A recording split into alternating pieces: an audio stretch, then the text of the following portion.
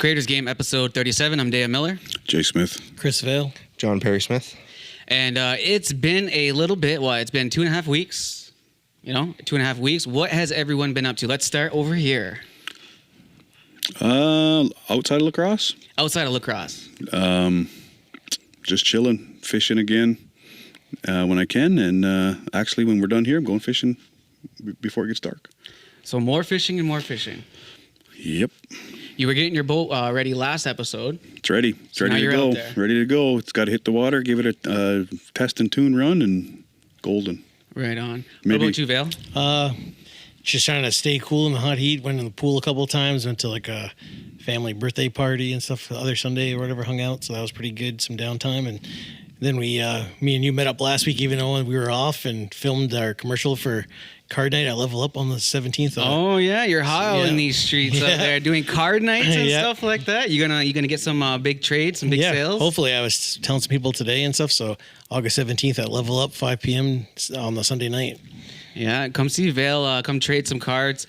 There's every time I'm out, just this past weekend I was at the powwow, so there's always people coming up and asking, oh, where's Jay, where's Vale or whatever. But there's these one couple that always comes up and they're always looking for you. Really? Yeah, and I swear they're going to be at this card night, so you better show up. It was cool too. Like your commercial got some traction. I noticed a couple of guys that had some card pages started following me, and they had some pictures at Chiefs and Rock games. And then even another buddy I know from Masters was like, hey, I didn't know you were into this. And he said he was too, and showed me his eBay page. So like I said, it's crazy how once people know what you're into, and then they all kind of into the same stuff. Yeah, out there networking, getting that card community building. Yeah.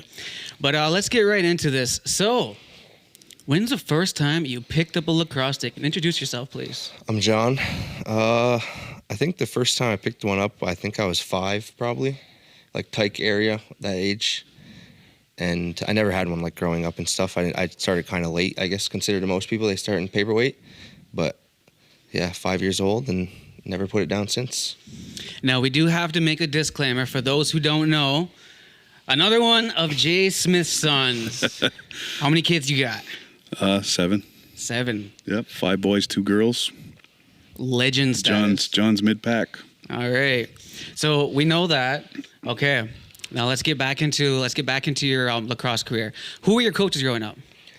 When I first started, it was Vince Longboat, and then I had Bill Martin for a bit, and then Bill Montour. Yeah, Bill Montour. And then after that, majority, it was Darcy Powlis, and then I had my dad in my first year junior, and then after that, it was Darcy Powlis again, and then my last couple years of junior, my last year of junior, I had all the Henhawks, so Bo and Jason and Daryl, and then who else have I played for? Clancy Almus this past winter. Jeff Snyder with the Chaos Now. And that's pretty much it. I mostly played for Darcy my entire life. Okay. And then who was let's say your core group of people that you played with? Let's say your lineup. Who was your lineup mostly growing up? And I know you probably had multiple teams, so just kind of those core ages of growing up. The main guys in my age group were Mace Hill, Doug Powlis, Ike Whitlow, Landon General, Reichel Davis. Who are some other big ones in there? And then there's the guys that are a year younger, like Ross. Those are the main core guys that are were really good back when I was younger. And I played with them majority every year growing up. Okay. And what would you say your experience was with lacrosse on Six Nations? Because you have a little bit of a different journey, I would say. I kind of got a little bit of information about you from your brother. Mm-hmm. I talked to Owen, so Owen gave me a little bit of little insight about you. But tell me a little bit about yourself. He had told me that basically you have a different experience. You're not First Nations, and you played here on Six Nations. Was it different, kind of having to play here on a reserve and not be Indigenous? When I was younger, yeah, I got bullied a lot because I was the only not full Native guy around here, and I went to school down here since grade 1. So, but once I started playing lacrosse and they seen that I was pretty all right, and probably by the time I hit 3rd, 4th grade, everyone was pretty all right with me, and I didn't have much issue after that. But when I was younger, it was difficult, just getting bullied and stuff like that. But everyone gets bullied, so I just played and showed them how good I was, and that was pretty much it. And then I was really close with a lot of guys since then. In John's defense, he doesn't know what it's like to play in any other organization other than here, because he played here right from the start. So yeah, I saw it too when he was younger. He'd get, like you said, he'd get bullied, but I mean, he had a pretty decent group of core guys. So, and he is still friends with them to this day. And then like so, how does that like dynamic work? Like you know, let's say that you're not, things aren't going the way with a certain team. And you're like, hey, I don't understand. Like, I'm just as good as everyone else. Why am I getting treated different? Mm-hmm. And then, like, you're kind of like, oh, it's because, like, the color of my skin. Like, you know, like, how does that make you feel? How do you go back and, like, tell your parents that? And then, like, what kind of advice do you give? Because there's a lot of players who come to Six Nations who come to play and might get treated that way, and they don't know what to do. So what did you do? I didn't really, like, get much issue with like not making a team because I was not full native, but I know when I first played for Team First Nations, there was like talk here and there, like, why is he playing, why this and that, but I really always just let my game speak. I never like wanted confrontation or anything, so I just played as good as I can play and let my game speak for myself, I guess, and showed them that it was the right choice to pick me for this team or whatever. And even if I didn't make the team, if I was playing on the lower team, to show them that they should have picked me and like give them a reason why they shouldn't have cut me. So that's pretty much all I did when I was younger. Okay. And then like, what about some of those like development ages? Like, when did you start to see that, you know, you were becoming like a player that could be on a one team or something like that? Like at what age did you see that you were getting good? I've always thought I was good since I started. I knew I was really good, because I was fast and I could put the ball in the net. But then when I gained a little bit of weight as I grew up, I was slower and I like didn't make as many teams, but I just tried to work harder and harder. And then I'd say probably my first or second year of junior, I just like started realizing that like my IQ was getting better and my shot was getting harder, and like picking the place more and just finding where to be on the floor and stuff like that. So that's pretty much all I did, was just work on like the small stuff that I don't always work on. Like, you can't just go and shoot and expect to know where to be or when to do this and when to do that. So I just tried to push myself to get to that next level faster, instead of waiting till I'm done junior to actually like work on my game. So what would you say was like some of the best advice that like your brothers have given you? Because again, your brother is Layne Smith, so great lacrosse player. Yeah. You got someone at home who can like you can play against, and you know he can give you some tips. So like, what were some of the like off the floor tips of like, here's how to get along with so and so in the dressing room, or here's how to talk to this coach, or here's how to maneuver around this situation? Like, what were some of like the good advice like off the floor that your brothers maybe have given you? Layne always told me to just play and just ignore the noise, and not, because he's been criticized his whole life too. So just to ignore everyone that's talking behind you and just keep pushing and pushing. Plus, like, he wouldn't really like sit down and like talk. We would just more play against each other. So like, I just grew up playing against a really good player my whole life, and just built thick skin and was able to just play at any level, and no matter what, getting tied up, finding a way to get out of it, and just working on my game constantly, pretty much. Owen had said that because he was the smallest of the three at home. He said, I had to be defense because I had to play against Layne and Jon all the time. Yeah, and he used to be an asshole, like bad. But I may not give the kid credit. He's a good lockdown D guy now. Yeah, and it prepared me to get clubbed up the way I do now. So well, it all worked out. And then the ultimate goal for me would be to have all of my boys that play on the same team. And now there's always a friendly rivalry when there's pickup games and stuff and Sunday night leagues, because Jon now has to play against Brody. Mm-hmm. So who are you playing for now? I think you mentioned Chaos, right? I'm playing for Chaos. That's like the team that I'm signed with and with all season, and then been stepping in here and there with the Rivermen, and that's pretty much it right now. In the wintertime, I play for the Bears, And hopefully me, Owen, and Layne all get to play together this winter. Oh yeah, the Bears. Weren't we like kind of talking about the Bears a little bit? We were. How was the dressing room in there? Were you like, I don't know, did the dressing room be like, hey, tell your dad to stop talking shit on that podcast or anything like that? They wouldn't specifically say like tell your dad this and tell your dad that, but they were talking about it, and they were upset when they were talking about like we weren't winning and didn't know what to do on the bench, and everyone was we weren't on the same page really. And a lot of guys were upset about that, but it is what it is. Like, we tried to push and keep playing. And then we called them out. Yeah, and then they were mad about getting called out and stuff. They're like, they don't know nothing, this and... I was like, well, they have a podcast for a reason, so... But, like, okay, so, like, where we're calling out what we see, that at any time where they like, maybe we should go back to the drawing board and kind of take a look. Maybe we're too close to the problem to see the bigger picture. No, they never really wanted to draw back. It was more so, let's prove this podcast wrong. That's still good, though. Yeah, kind of pushed us, really. Motivated us. The players come up to me after the game, and they're like, is that better? Can you stop now? They won a couple games, and then they're like... It was a rough season, though, I can't lie. Like, I don't know, like, isn't that the purpose to push people? Isn't that the purpose to be like, hey, like, you guys can do better. We can see it, that you guys capable of doing better. We just want you to do better. Yeah, especially with a hometown team, too, so... Yeah, I don't everyone think wants to see him win. Yeah, I don't think we were ever like, yeah, you guys are just complete trash, give up. It was like, no, we want you to do better. We're just waiting for it type thing. But, yeah, that's always, like, a question, like in the dressing room, is there ever, like, but you kind of answered that. But like, what else was said in the dressing room? Kind of like, is it always just? I guess it's easy to poke fun at your dad because a lot of people know them. But was there anything about me and Vale? Like, I guess like you said, like, oh, these guys don't know what they're talking about. No, not really. It was just more of a podcast as a whole.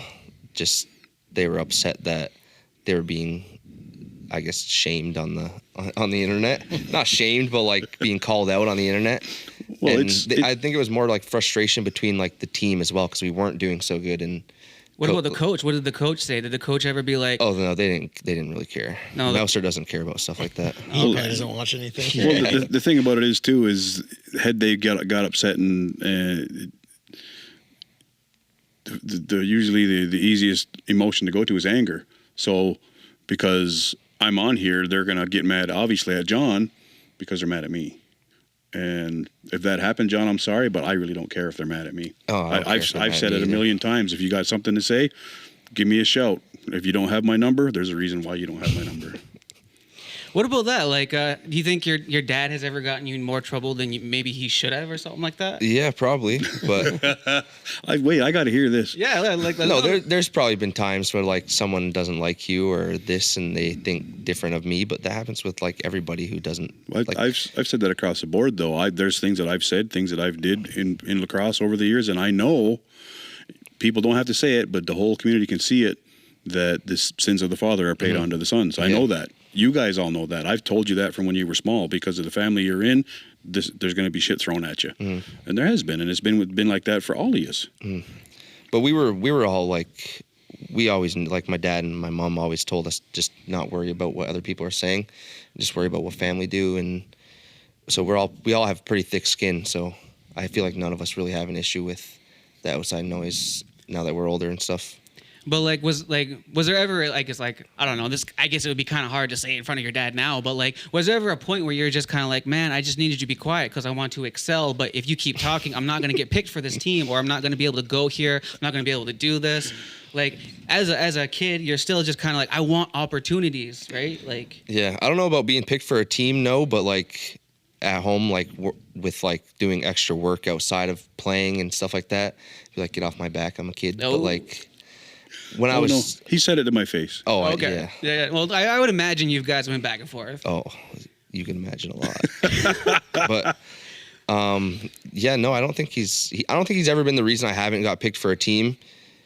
But there's definitely been times where I've been like, I just want to live and do my own thing, kind of play my own game. But he also did show me a lot. Like my first year junior, he showed me a lot because that's a core year for a player. So he showed me... like helping me like learn where to move and bigger guys, and you got to play a role and you can't always be the main guy. So I learned a lot from him as well. So it's good. What about from like your other coaches? I noticed that you said that like for the most part, with Darcy was your coach. Like, Mm-hmm. what was something that he taught you? Like, if you were like under him for so long, like him being your coach, what's something that he had taught you?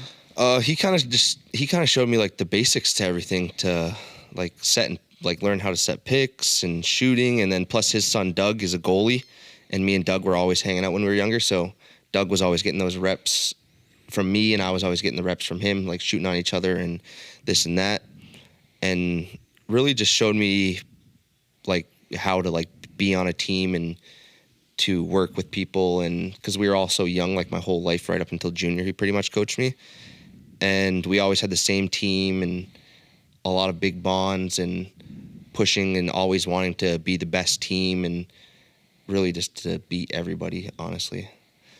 What about like you were talking about like those like big bonds? What do you feel that creates a bond in a team? Like I talked last podcast about like, you know, some of these teams need to build community. Like I feel like some of these teams don't know each other. Mm-hmm. We're having so many people coming in and off teams, coming from different communities. Do they ever get time to actually chill out, to know each other, to be able to communicate, to know what each other's voice even sounds like? If they're yelling at you at the floor, do you know what their voice sounds like? Because so many people are coming in and out of teams that like, how do you build community on a team? Like, how did you bond with your teammates growing up? What was something that you did off the floor or on the floor?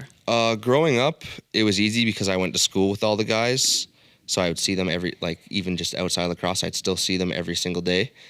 And when I got older, like with the Bears this past winter, we just like go out for dinner or something after games or hang out after games. Don't just get undressed and leave right after the game, or get there before and shoot the shit and hang out. And group chats are a big thing, or actually like plan to do something. Like don't just say you're going to go do like a group golf trip or this, or just go shoot around at the track or something. Actually do it and actually go like hang out with your teammates instead of just going and doing something once a week. Like, yeah, instead of just being with them, doing the motions type of thing. Yeah. You got to like actually spend time with people and talk to them, and you can't just be their teammate. Yeah, I feel like I thought that's what we were missing. Like, was like that little bit of connection here on Six Nations. Was just that like we have so many players coming in, and everyone wants to be the best. And I know that like we have so much great talent, but we need the talent to work together. In order for the talent to work together, they got to communicate. They got to know each other. They got to like protect each other like they're actually brothers. And if you have so many people coming in and out of like dressing rooms, in and off teams, people getting traded and all that stuff, it's like, how do you build that? So like, now that you've had an opportunity to play for the Rivermen a few games, how are you now building that bond with the Rivermen to hopefully, you know, stick around, or to, you know, carry that, or just to build that bond, that community there? I'm just trying to show up to everything that I can, even if like I'm not going to play, try come to the game anyway and just be there with the team pretty much. And then in practice and stuff like that, do like actually try, not just go out there just to be out there, actually like try to pick corners and set hard picks and run and show them that you actually want to be there and want to be part of their team.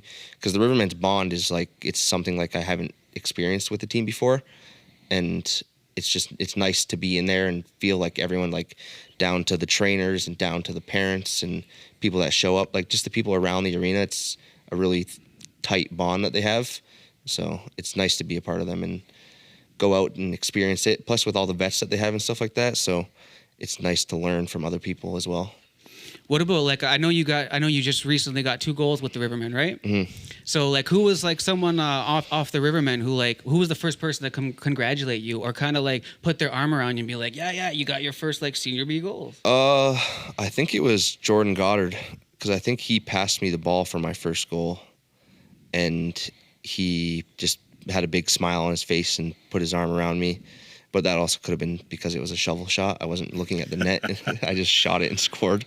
But it was a really good moment. Not the best team to score against, but it's still a senior B goal. So it felt really good, and everyone was happy for me after the game and before the game. And I played a really good game all around, not just the 2 goals, like taking face-offs and running and setting picks and up and down the floor and hitting Owen in the head with a shot. Oh yeah, that was hilarious too. This is a corny question, but after getting the goal or any goal in your lacrosse career, did you ever just look at your dad and just wait for some type of emotional acceptance or something to be like, just love me even though whether I'm good or not? I don't think I've ever looked at him. I've always known that my mom and my dad are always watching, and they always love to see us do as best as we can. And plus, my dad was always quiet when I would play. I would just hear my mom, or maybe my mom was just too loud. I could figure him just being in the stand, just grunting. Like if you miss, that's it. Nothing. Don't say anything. Just that's it. No, because I think he knows more of like if I were to miss a shot or if I was in the wrong place, he knows that like there's another opportunity coming at all times. And then my mom, she just wants to see me score or wants to see me hit somebody. So then she's hairing up if I miss the net or something. But it's all out of love. So, but yeah, I've never really looked at him for like acceptance. I've always known that he's going to be happy if I score either way, especially if he's on the bench and the coach. He loves it when the team scores. It's watching Jon play as he grew up. Yes, I was in the crowd as much as I could be. You got to realize we had all these boys that were playing, right? So we couldn't always be at the arena for everything, for everybody. Games that I would watch Jon, I was quiet. He would come off. I know he's in the moment, coming off the floor. I know he's in the moment. Win, lose, or draw, he's in the moment. Just give him a quick pat. Good game. Talk to him later. Him coming up to play with the Rivermen, for the record, that has nothing to do with me. He's earning that spot. Because Jon knows, just like all my other boys know, if I have to cut you, I'll cut you. Jon's earning that spot. And I feel like you would take pleasure in cutting your own kid. sometimes. He's treated him a couple times. Yeah. He It's like a sold his own joy. kid. Twice. Yeah. Careful, you could be next. I mean, No, and I try to keep that when we're in a dressing room, when we're on the bus, when we're in a dressing room, wherever, I try to be to a fault that sometimes I probably have been harder on these guys than the rest of the team just because they're my boys, because I don't want anybody to think that I'm babying them, I'm favoring them, anything like that. So I try to treat them as equal as the rest of the team. If they earn their spot, they earn their spot, especially in the GM role. Our head coach makes the lineup. He picks who he wants to play that day. I have no say in it, and I try to drive that home with everybody. I don't have a say in the lineup from game to game. Like a prime example was at practice last night. Jon went out, got undressed, and I went up and I said, "Where are you going?" And he's like, "Got to go home. I got to go to bed." And I'm like, "Okay, well," "Well, get going." Jokingly, like, "Well, get going." He's like, "Oh, I got to see if I'm in the lineup." I said, "You got to talk to Wayne." And he said, "That's what I'm waiting for." I had nothing to do with it. I don't even know what Wayne said. So again, Jon's earning that spot. That's not on me. When Owen got called up there was a time when this season Owen and Jon got called up to play on an away game. We're on a 3-hour bus ride. We get there, and then Owen dressed and Jon got sat. And so both Owen and Jon, they're earning their stripes, they're earning their spots. And there's been times when they've both played, and then like right now, Jon's getting a call, and I had to talk with Owen earlier today, and I'm just like, we don't need righty offense right now. We don't need righties on defense. We're set. That's why I haven't been instructed to give you that call. And I guess I'll see tomorrow if you got the call to come tomorrow night or not. I was told to be there, but I don't really ever know myself until. Well, if you got any nicknames or anything you want broadcasted, if you get in the lineup, there's the guy to talk to right there. John Dirt for the goal. John Dirt. He's been called John Dirt since he was about this big. My favorite movie ever is actually Joe Dirt. It's such a good movie. Oh my God, Well, it is. John got the mullet haircut. That's why we start calling him John Dirt. And as you can see, Still got it. he's still got it. What is it? A business in the front, party in the back. Yes. I think I got There it when I is. was in like grade 7 or something like that. I got pictures. You got that mullet, and you had a mohawk mullet when you were like, Oh, Mohawk mullet. yeah. Yeah. Jeez. I had the lines in the side too. Yeah. 3 lines in the side. Three lines in the side. I What's got your it. friends say about that? They loved it. Well, that's hilarious. I'll send you this video I got somewhere, Vale. John even played net in Winter League. There you go. Even got video of John being a All over the goalie. place. So he was going to let you play goalie, just wasn't ever going to let Layne play goalie, huh? I know. When Layne was living the dream a couple of years ago. And Layne played in net in field. there you go. Lane was a damn good field He goalie, bought the too. goalie gear a few years ago and went in and did good. Right? He was playing like a couple of Thursday nights. I think he there. played a couple high school games in net too, but I don't really know. That was a while ago. So there was a story about high school lacrosse, and I completely forgot about it until the day I had mentioned it before you got here. You wanted to be number 17 at Assumption College High School. How come you couldn't be number 17? Because Layne stole the jersey. That's what I said. I remembered earlier. I was like, yeah. Yeah, that was right after their. You were like, bring it back. I know. I was pissed. But that was right after their quad A undefeated season, like championship or whatever. Like going undefeated and winning the championship. I would have stole the jersey too. But like, come on. You were never able to steal it out of his room, huh? No. Lies. Stole a lot of stuff, not the jersey though. I heard Layne's room was like a fortress. No one was allowed in it, like ever. It was like, no, you can't go in there. Yeah. My stuff wasn't off limits. I had a Rebels hoodie that I was the only one around that had it. It went missing for 2 years, and finally somebody sent me a picture of John at school that day wearing it. Oh, So he had it hid for 2 years. you hid that for 2 years just to like. Well, I didn't hide it. He let it just pop didn't. out of He him? just didn't know I had it for 2 years. I would just wear it when he wasn't around. See, hid it. Yeah, what that's sons do, kind though. of. I guess hid it on my body. Hid it in plain sight. He just didn't see it.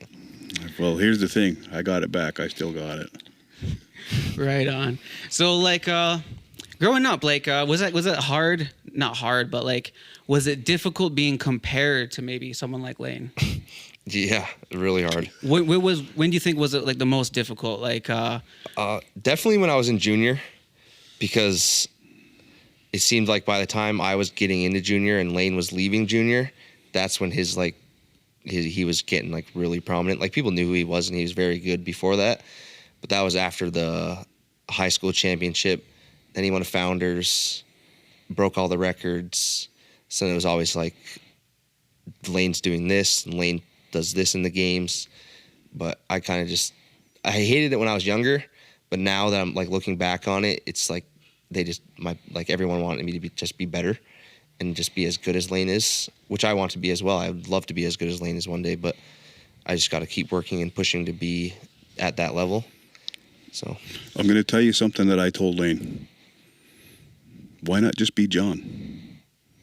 Well, that's what I am doing. Because I had to tell Layne the same thing when he wanted to be Sid or Cody. I said, why not just be Layne? Yeah. So that's what I'm going to tell you. Why not just be John? Yeah. Wear that John Dirt tag with pride. wear that John Dirt tag with pride. I do, but it would be nice to be as good as Layne. What was probably the hardest thing that you had to hear being compared to someone like that? Because it's not always going to be great, right? It's not always going to be like, it could be something like, why can't you be like your brother? Like someone just blatantly saying that.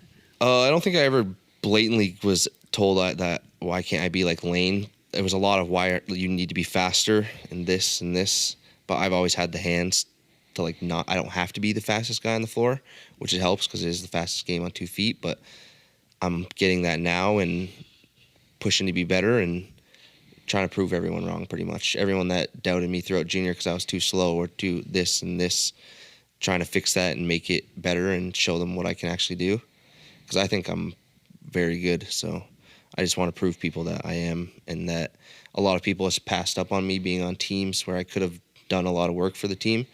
So that's pretty much my goal. So, but what would you say that I think I asked this probably during all the Kahnawake interviews there, but what would you say is the end goal? If lacrosse doesn't work out, did you go to school? What are you pursuing outside of lacrosse? What would you say is the end goal? Outside of lacrosse, I've been thinking of being a firefighter. And that's really the only big goal I have right now is trying to be a firefighter. Do you feel like being on the Rivermen pushed you to be a firefighter? There are a lot of firefighters type on there. Not really pushes me, but well, no, I don't know. Those are the type of jobs, right? I feel like the more I'm around them and see and stuff like that, then yeah, maybe it will because the guys that are firefighters are strong and dedicated and they've been playing lacrosse for a long time. So it kind of pushes me to be better, and they're all in shape and.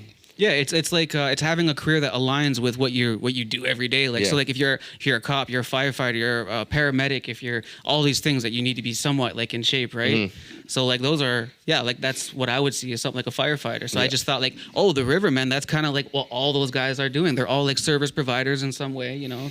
Well, we didn't have Rory this year, but we had him last year. Tore his meniscus, that's why he couldn't play this year, but he's a firefighter here on Six Nations. Jacob Kranz, last year's Defensive Player of the Year. He's a firefighter, was with Six Nations, just recently got hired on in Oakville. So he's got a full-time firefighting gig in Oakville. So congrats to Crans. Not many people are usually follow us that hard to know all of that stuff. So I like to give them pops in the can. We got Tyson Bomberry. He's a Six Nations police officer. His dad Tim is on our bench, deputy chief. So we do have a lot of guys in whatever career that most of them are giving back to the community in some way. Our encyclopedia over there probably knows more about my players than I do. Well, I was gonna say, like, a lot of those guys say, like, they like doing a lot of like, there's tons of NLL guys now that are, besides even the Dawson brothers and Austin Shanks and Jake Withers and all these guys, they like it. You hear a lot of it's because the camaraderie, right? Like the teamwork, the locker room, that's kind of being at the firehouse or the police station, of being physically fit, and also kind of being in that teamwork and family atmosphere. They like doing it in these first responder jobs. Our draw guy this year, he's going through OPC, so he'll very soon will be a police officer.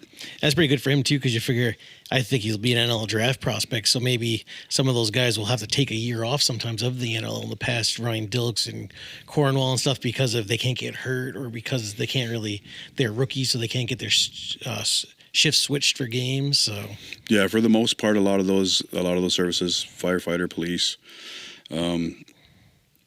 there is that period when they first, like most jobs, there's a period when you first start that, you know, you got to toe the line, you got a probationary period kind of thing. But just talking with the guys and knowing them over the years, there becomes flexibility, and especially a firefighter, because depending on where you land, a lot of fire departments, you only work 2 days maybe 2 days a week, if that, maybe 8 days a month.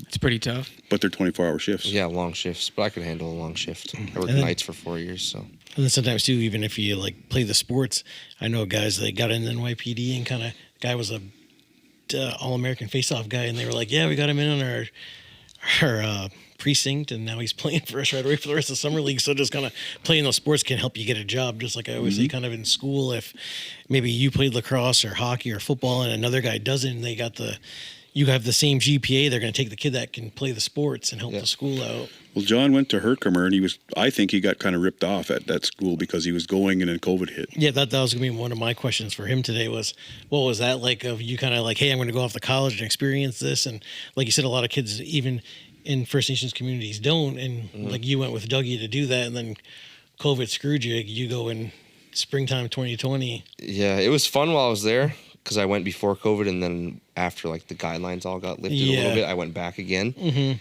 It sucked we only got to play one game, but I try not to blame COVID for that, because it happened to everybody in the world. Like, everybody was kind of screwed. It's one of those things where it is what it is, and just move on. And it would have been awesome to play and continue, but Doug tried to get me to go to school in Iowa with him as well, but I didn't want to. I guess I didn't want to spend all that money and go and then not do it, and then plus being that far, I hate being far from home, so that's I'm surprised we got him here. I'm surprised we got him. Well, like you said, Iowa's a bit of like a just even paying to bring all your stuff out there and come back, and that's a lot farther than Herkimer. So like Herkimer was easy. It was an easy move, so but that's what I think I was telling Dave before. I was like, you played one game, like you said, because there was only so many games. Or those upstate schools started later because of the snow. And we were like practicing. We practiced 6 days a week, every day but Sunday, and we did that for like I think 2 or 3 months, and then played one exhibition game, and then I think 4 days after the exhibition game is when like the COVID news broke, and they were like had a big athletes meeting, and they're like, no one's going anywhere. There's no season. And I remember the baseball team had like a Florida trip, and then the women's softball had a Hawaii trip, and it was all canceled. And there was like people crying in the stands. Crying. Because it would have been spring. Yeah, they usually go to break games. Yeah, they usually go. I kind of felt bad, but it happened to everybody in the world. So was that Ireland's last year's too? Yeah, he left. I think he left right after that year. Or no, he came back for that September, and then after that, he's like, I'm out of here, and he left. So. Did you ever hear the story about him? I don't know if it was ever true, but which one? When it didn't work out for him at Syracuse, he was like a big time. Oh yeah, junior college guy. A lot of people think he played at Syracuse, but he only played the fall ball. Yeah, he played fall ball, and then his grades were, and he was a bad student, so they kicked him out.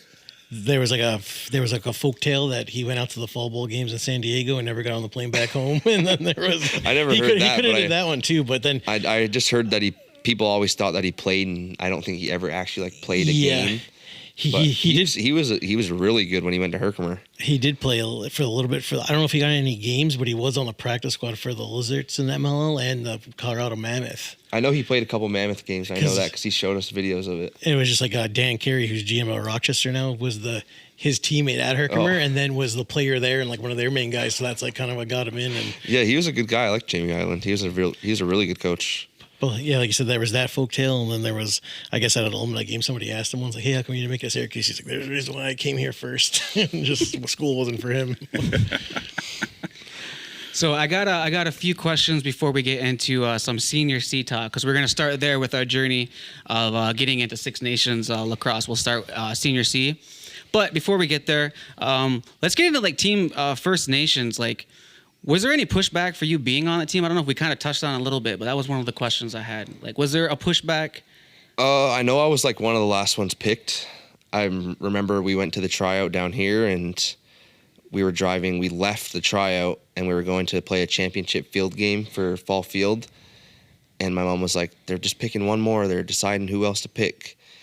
And then I remember showing up to the field game, and one of the coaches were there, and he's like, "You made the team. You're the last pick." And I don't ever remember hearing like direct feedback, like direct pushback about me being on the team, but I'm sure there was pushback, but I really didn't care. They spelled my name wrong twice on my jersey before they gave it to me though. They spelled your name wrong. The Perry part? They just put Perry, and then they put Parry Smith with an E with no hyphen, and then they put Parry Smith with an A and hyphen Smith. So took the third try, but it was fun though. Went to Saskatchewan, and I think we came 4th or 3rd that year.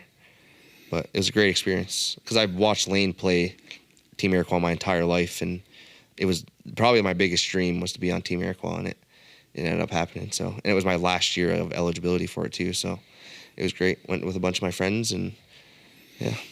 The piss off about it, because it was Team Iroquois, Team First Nations.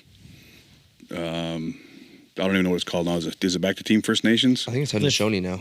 But the kids is like the kids one, Ray, is what you were saying you played. That's the still minor one? It's still First Still First Nations, Nations, yeah. it seems like every time whoever the powers that be, when that changes, and it literally will, the powers that be will change locations, and it seems like that's where that's where most of the players come from, is that area. Mm-hmm. So the piss off for me was, as a parent, was Jon making this team, and he lives here, but they expected us to put him on a bus to go to Syracuse, to get on a bus to go to Saskatchewan. And Jon wasn't the only kid on the team from here, so we're like, what sense does that make for us to send him that way to come back into Canada? What sense does that make? Well, and your age group was the only one that went to Saskatchewan that year. Yeah, because that was the inaugural season of First Nations. The other two were in Whitby. So you were what, Bantam that year? No, I would have been midget. My last year midget, I think. I thought Pee Wee and midget played in Whitby that year. I don't know. Maybe I was second year Bantam. You were second year Bantam. So at any rate, having gone through it with Layne, it was always in Whitby. Nationals was always in Whitby. We always stayed at a certain spot. All three teams, Pee Wee, Bantam, midget, which is what now, U13, U15, and U18 or whatever it is, all stayed at the same spot. Got a great deal on accommodations. We had meal plans. All of this stuff things went from a parent point of view. It went off pretty smooth. I was fortunate enough to be on the bench for, I think, 5 years with them guys. So a couple of years later, when Jon makes this team, they wanted him to get on the bus to go to Syracuse, to come back and go to Saskatchewan. We were like, why? Blah, blah, blah. Why did that doesn't make any sense. All these registration had to be paid in U.S. dollars. And I thought, why do I got to pay in U.S. dollars for him to play in a Canadian championship? So again, the location of the powers that be when it moved, and then come to find out those teams that went to Whitby, the Pee Wee and the midget team, they hadn't got them accommodations, and they had found 10 rooms for 2 teams. So basically for 50 players, both bench staffs, all the parents, whoever. I mean, parents are on their own. The team doesn't cover parent stays, but 10 rooms. And the place where we normally stayed, the Durham College dormitories, they were wide open. And whoever was in charge, I won't say any names because I do know who was in charge that year. They were, for whatever reason, did not want to stay at the dorms, but yet they tried to squeeze approximately 60 people into 10 rooms. It made no sense to me. And pay in U.S. dollars again.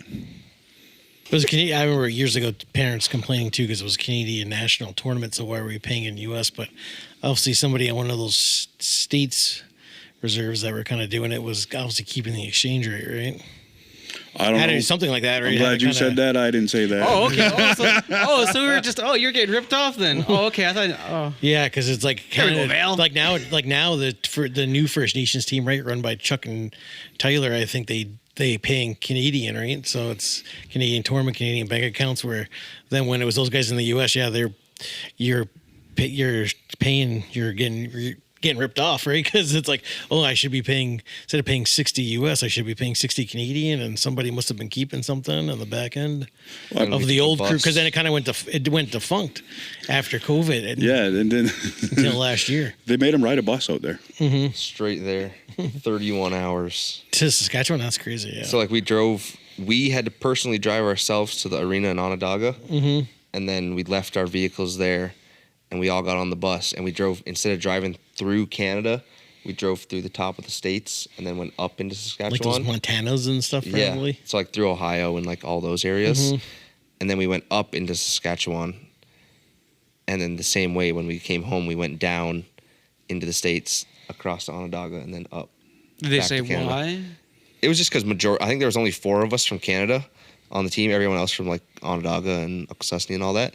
So they were like, oh, since there's only like 3 or 4 of you, carpool. And we all took my mom's van and went down. And yeah, it was brutal though. Yeah. 31 hours on a bus ride. I'd say this year's team's more Six Nations heavy for sure. Right? Oh, like yeah, they said that for sure. the U13 team's pretty much U13 1 plus with U11 guys now on the team, Yeah. right, from Six Nations. So. Well, I'm not knocking any talent from any community. No, definitely not. Yeah, I just meant like this year is definitely. But in previous years different. too, as well, it was like, even go back to when Randy Stotts, Johnny Paulus, Quinn Paulus, Warren and Wayne Hill, when they played, it was always Six Nations heavy, and you'd get players from across the border. You get players coming from Akwesasne, Kahnawake, but it was always Six Nations heavy. And I'm not putting anybody down, any organization down, any player down, but look at the logistics. Six Nations plays A lacrosse. They play, even in minor, we've had teams that had to go to qualifiers this year because they were in the A division of their age group. So to me, it would make sense to take those players that are playing A division and put them on a team that's representing our people. And like you said too, shout out to those teams, because U13 1 was literally, instead of they tied a game, instead of tying that game and they win, they're in the final 6. They missed out. They were 7th, and then U15 1 was 8th. So they didn't make the top 6, but at least they were in the top of that second half. They weren't out of 13 teams. I was just looking on some social media memories this morning. I think it's been 10 years. Pee Wee, Bantam, and Midget Six Nations 1 teams were all in Final 6 for their age groups. I think that might have been the last time. Well, because like even like you said, it was like 2022. I think the midget team made it, and then 23 no team. That was the first time I think they said ever that no Six Nations teams made the qualifiers. Like that was kind of a bad year. Here's a bit of a trivia for you, Chris. I bet you didn't know this. Out of my 5 boys, 4 play lacrosse. My other son Aiden was a football and rugby player. So out of the 4 boys that play lacrosse, John and I are the only ones that have won a minor national or provincial title, and we won the same provincial title. There you go. Just 30 years difference or so. Yeah, my only one too. So yeah, that's out of all my boys, Layne's won field. I think I'm not sure if Brody's. I think Brody told me that he didn't win any provincials until he got to senior. I don't think Owen has he? No, I don't think so. So yeah, I think me and Layne are the only ones that have really like won stuff. John won novice B provincials. Owen's gonna hate you said that. It's the truth. And I won novice B as a player. So we share the same provincial title. I won mine in '81.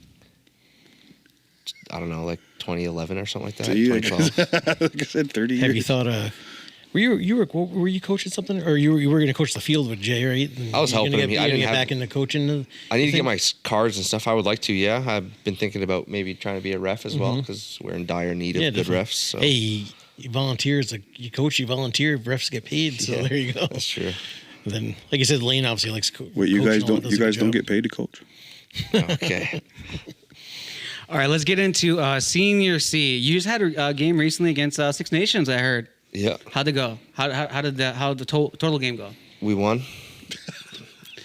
It was good. It was physical, tough game. Every time we've played Six Nations, I think this was our third time.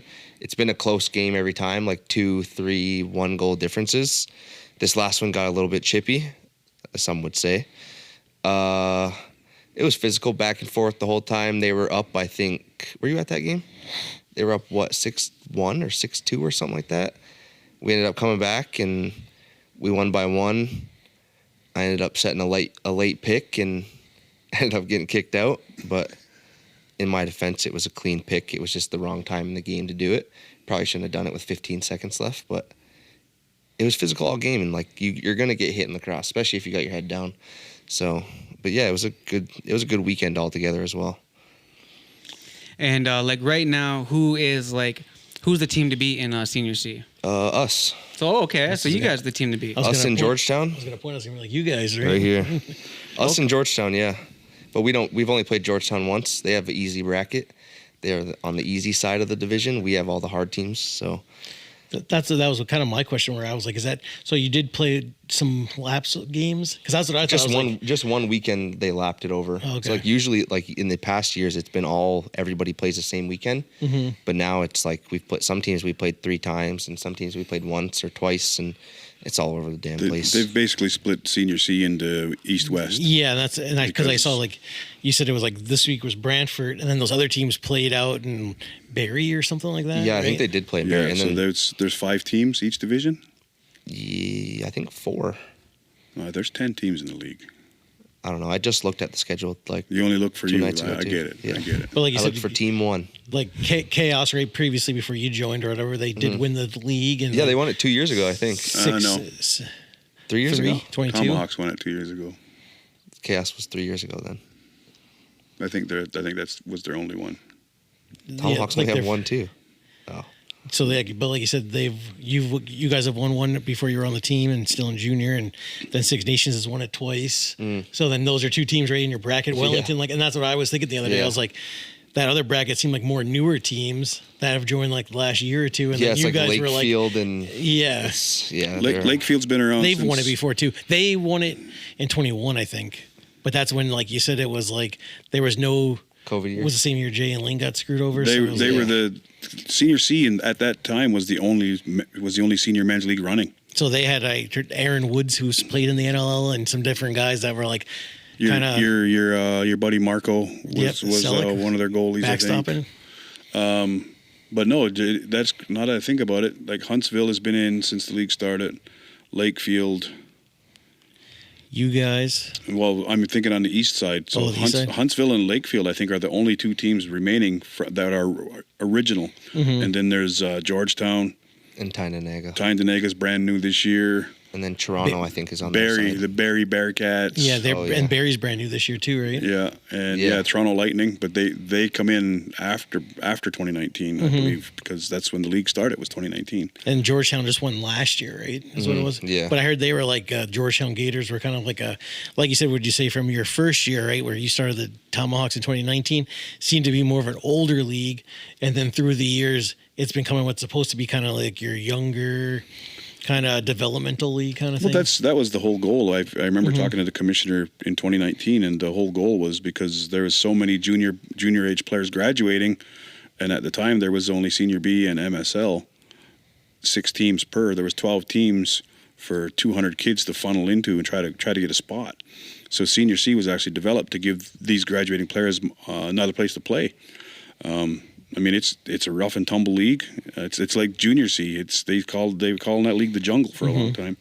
It's a rough league. It's gritty, but it's still decent lacrosse. And I recommend anybody that's coming out of junior. You might have been a star with Rebels or whoever, but there might not be a spot for you in Senior B because teams are set for, like, core guys are set in senior for quite a few years. There might not be a spot for you. So go to Junior C, hone your skills, get used to getting knocked around by grown men, because you're coming out of junior, or if you're 21 years old, you might be the grown man in junior, but you still haven't hit your peak physically. Go play a year or two in Senior C and see what it's like to get hit by somebody that's the same height as you and 30, 40 pounds heavier. Van Damme or someone. Did you guys Jordan Van Damme. Did you guys beat London? Is that who you guys beat in the championship 2 years ago? 2 years ago, Wellington Aces. Wellington Aces, yeah. But then, like I said, so they've been there on your bracket. And London, they were pretty good a couple of years ago, weren't they? Yeah, And then they're still like pretty good this year as well. London, like I said, another team that's been kind of in the semis or top two, and then there. And Guelph would be the only new team, right, in your bracket? I'm thinking. Yeah, because it's us, Six Nations, London, Centre Wellington, and Guelph. And like Guelph had a decent junior B team 2 years ago, and I kind of asked the guy, like, hey, is that why you guys kind of started? And he said, yeah, like they had a lot of kids that year coming to junior exactly. B. And they had graduating kids and no place to go. And see, that's another reason why I think Senior B needs to expand too. And go full circle, I still think MSL may need to expand, especially if all these rumors that are going around about them capping NLL players, these guys need some place to play. Either that or they got to go back to the PLL. Well, like even we were talking about Can-Am, they've done the opposite. They were 10 teams and now down to four, yeah. I don't know. It's funny how Jon got to the Chaos though, because Jon's last year junior, didn't you trade and go somewhere? Where were you? Were somewhere? I Rebels left the first, Rebels right? and went to the Stealth. Yeah, left the Rebels, went to the Stealth, and then To Was play that with more? Owen. I was going to say, was that more to play with Owen? Because it was like That was to play with Owen, and then I think he had 12 suspensions that season, and 12 suspensions. kind of right when you joined, right? Too. It was when he got his I think 8 we game played one suspension. game together, and that game we both got suspended.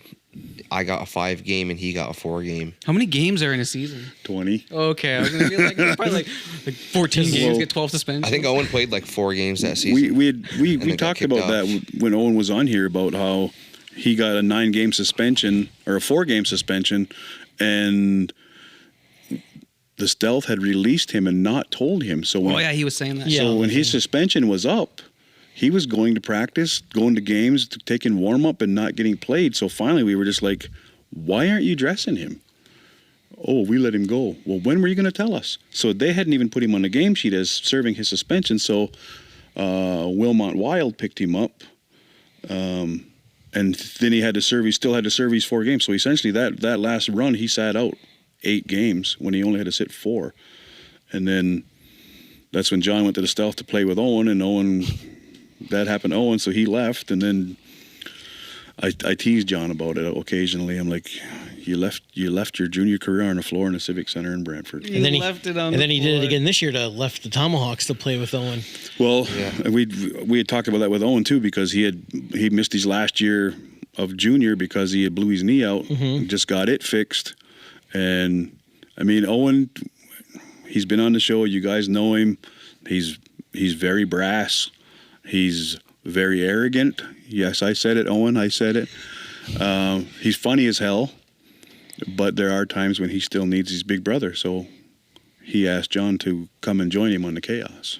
Because I was thinking too, like, because I was very impressed how Jon named all his coaches, and I was about to be like, hey, Nick Sky, because you did play those Rebels games with Oh Nick. yeah, and then, Nick coached me in field too. Shout out Nick Sky. He's a great coach, actually. Because you when Jay was helping right with the 2021, right? You guys were doing the Rebels, so you did play a few games in the COVID Yeah, that was season like with them tournament as well? stuff with Owen, and that was fun. And I don't know, I'm more like, sometimes I know I can play for a team if I can go out and make this team, but I'd rather just play with my brother or play with some buddies, or because that's why I wasn't so mad when Owen got kicked off the team, because I had a lot of my friends that were aging out come play, and they hadn't played in years, so it was nice to play with them as well. And I'm excited for this winter. Layne and Owen are both going to play, and then Layne did the same thing last winter. He played one game with the Bears and then quit. He's like, you can give Jon my number.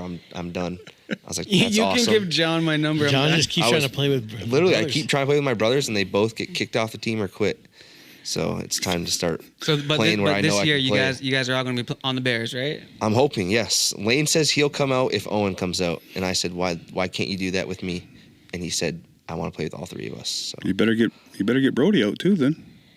Yeah, that'd be nice to have him out too. That'd be bang. Well, it's funny because I got 2 boys that are lefty offense and 2 boys that are righty defense. Well, as I thought too, Jon, like I was just kind of thinking earlier, like being a lefty, right? And then kind of even having different moms and stuff like that. The fact that you guys are both lefties and Yeah, Layne's kind of outside of like practicing and actual like team stuff.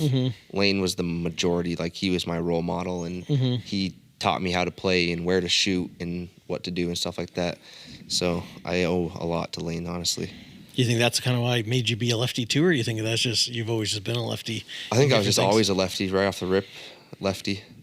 But like I said, I started late, so I just everything Layne did I wanted to do, and I still want to do everything he does, just better. So He's got a dog for free. You should probably take that. no, that dog hates me, and I've watched it for the last 3 months. It was There scaring you away go. thieves, though. So there you Yeah, go. that's good. It's scaring away the sketch bags.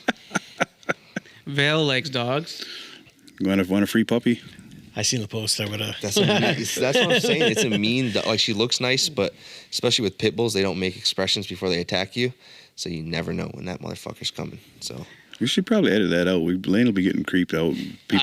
People blowing up. He's Can I have your dog? yeah. Somebody from like Australia. Yeah. Well, give it. he'll love it. To a He's- fan in Allegheny. He can't hold a pet. It's insane. He gets all these pets and then they're gone in a week. I'm like, what are you doing? Like Paris Hilton or what? Literally, What? I think she was going. Paris Hilton? Where'd Yeah. that come she from? had she had a different dog every time she went out. Oh. Maybe she just had that many dogs at home.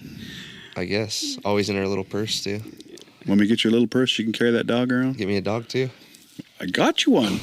That dog ain't been in no purse. So in senior C, the Tomahawks, did you have to get traded over, or senior C kind of just year to year? I don't know if we should air all that out, but Yeah. I got bought. The Chaos paid for me to come there, Nice. so it was an ordeal. But It was probably the biggest blockbuster payout for a player in Senior C There you go. ever. it was ridiculous. It's How much are you allowed to say? Or is there like a rule you can't? Or I don't really think Jeff will care. It was $500. Oh, okay. That's all right.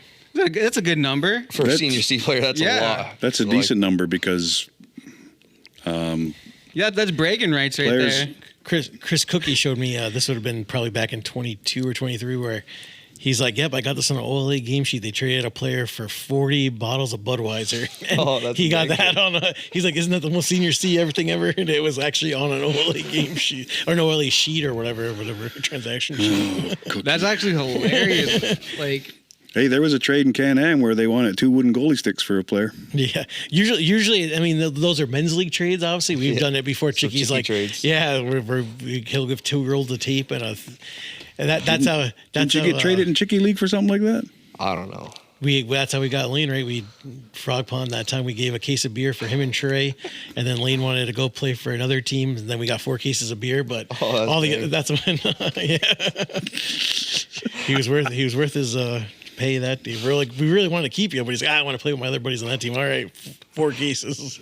imagine that. Just like, yeah, we didn't make it to the beer store. We got sold for a case of beer. The only problem was that the night we did that trade, a lot of guys didn't show up that night, so there was a lot of leftovers. And Chicky said he threw it all in his truck and goes, "Yeah, all those other teams found out we made that big trade, so they all kept coming to our locker room trying to drink the beer." And I just told Chicky, "You better not sell this back to us Thursday." And sure enough, I think he did.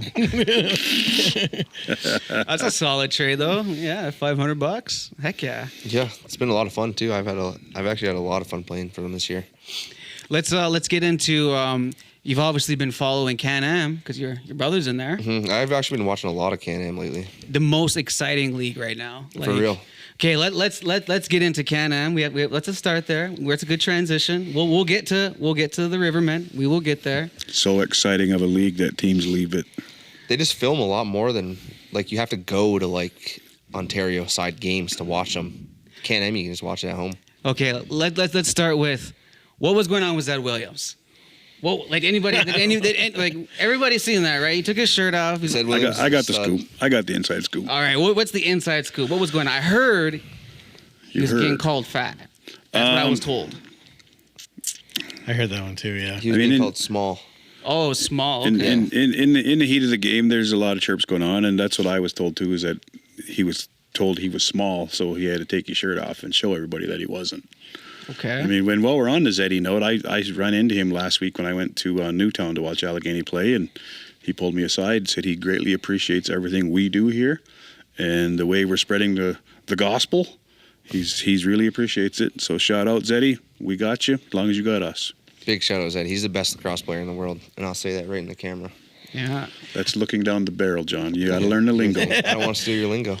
But yeah, back to this Can-Am League. Copyrighted, he thought. So Zed Williams is standing up there, no shirt on, saying "Let's go." I don't know, is that what he's saying? Like "Let's go," or what is he saying? I think he was I think just he was like just flexing. Flexing? Yeah. Okay. Yeah, because Dahoga was calling him small, and Dahoga was going like this. But he was going like I thought he was going like that, like like three champions or Dahoga? Yeah. Oh, he probably was. And then he ended up giving him the finger. I thought. Double bird, I just I seen thought. Zeddy flexing. He took his shirt off. I was so surprised because when I think of Zeddy, I don't really think of him like taking his shirt off and flexing at people. But it was I thought it was hilarious. Yeah, I like- saved the video right away. Hey, heat of the moment stuff. It happens. Yeah. I mean, I'll defend that because I've been on a bench and did some. We need you or Wayne to take your shirt off and start flexing out there. So we're gonna start winning some games. You're gonna have to start charging for subscriptions on here. Yeah. They're gonna be pay-per-viewed like the WLA games Yeah. if Jay's taking his shirt off. Right? PLE, like PLE, premium live event. There we go. But yeah, so the Can-Am. What do you guys think of like the standings right now? We're about to go into Tonawanda and Allegheny. Was it what everyone thought it was going to be? I figured it was going to be those two again. Yeah, they seem Yep. to be the best two teams. Like you Right. said, Tonawanda really took care of business. I thought maybe like that Friday night game, right? Like we were watching it, it was I thought it was going to be a great series. Yeah. And then they fucking blew it. So. Yeah. I was there. I was there. I stuck by the Warriors. I showed up. I do what I'm asked to do. And yeah, I thought they were going to win Friday. And then the third period happened, and I don't have an answer for you guys. I just don't. I got Dea making the lineups next year. I'm making the call. Let's Get get Dea in the them. lineup. Yeah. Get me in the lineup. Whole lag. We're really going to lose. The music was bumping though, no matter when they were down or not. Oh, It was a yeah. fun time. The Warriors, though, second year franchise. I give them kudos for being in the playoffs. It looked like they were going to get there anyways, regardless of the other teams folding and dropping Yeah. out and leaving the league with 4 teams. To me, that is a huge. It's panic. It's panic mode. Because what if there's 4 teams left? What if one of them decide we want to take a year off next year? Then there's 3. And I don't know about you guys, but in Senior B, there's already one league with only 3 teams, and I think they even bolstered and added a team or 2 because is that really any competition? Well, like you said, like Kahnawake was the only team left in Quebec League. Then they go ahead and join 3 Nations, and then 3 Nations got the Bucks back in because they were like, "Hey, we're not trying to be a 2 or 3 team league." And they got Ottawa. Yeah, in Ottawa. So then there's the Muskies, Ottawa, and then Ottawa too. They were the second team in Quebec League. They left Kahnawake. Mm-hmm. So then so you got it makes sense. Like they instead of playing these exhibition games, actually make the games count. So Kahnawake, Muskies, Bucks, and then Ottawa. Mm-hmm. And then I watched a couple of those games. The guy was getting choked out. That was pretty crazy. I heard, someone was getting choked out on the actual ground. Yeah, when I first kind of heard about it, I thought like a kind of a headlock. No, he was like actually holding him down like this. The McCumber had Dalen Logan kind of. The caveman's back. And I don't know if all this is.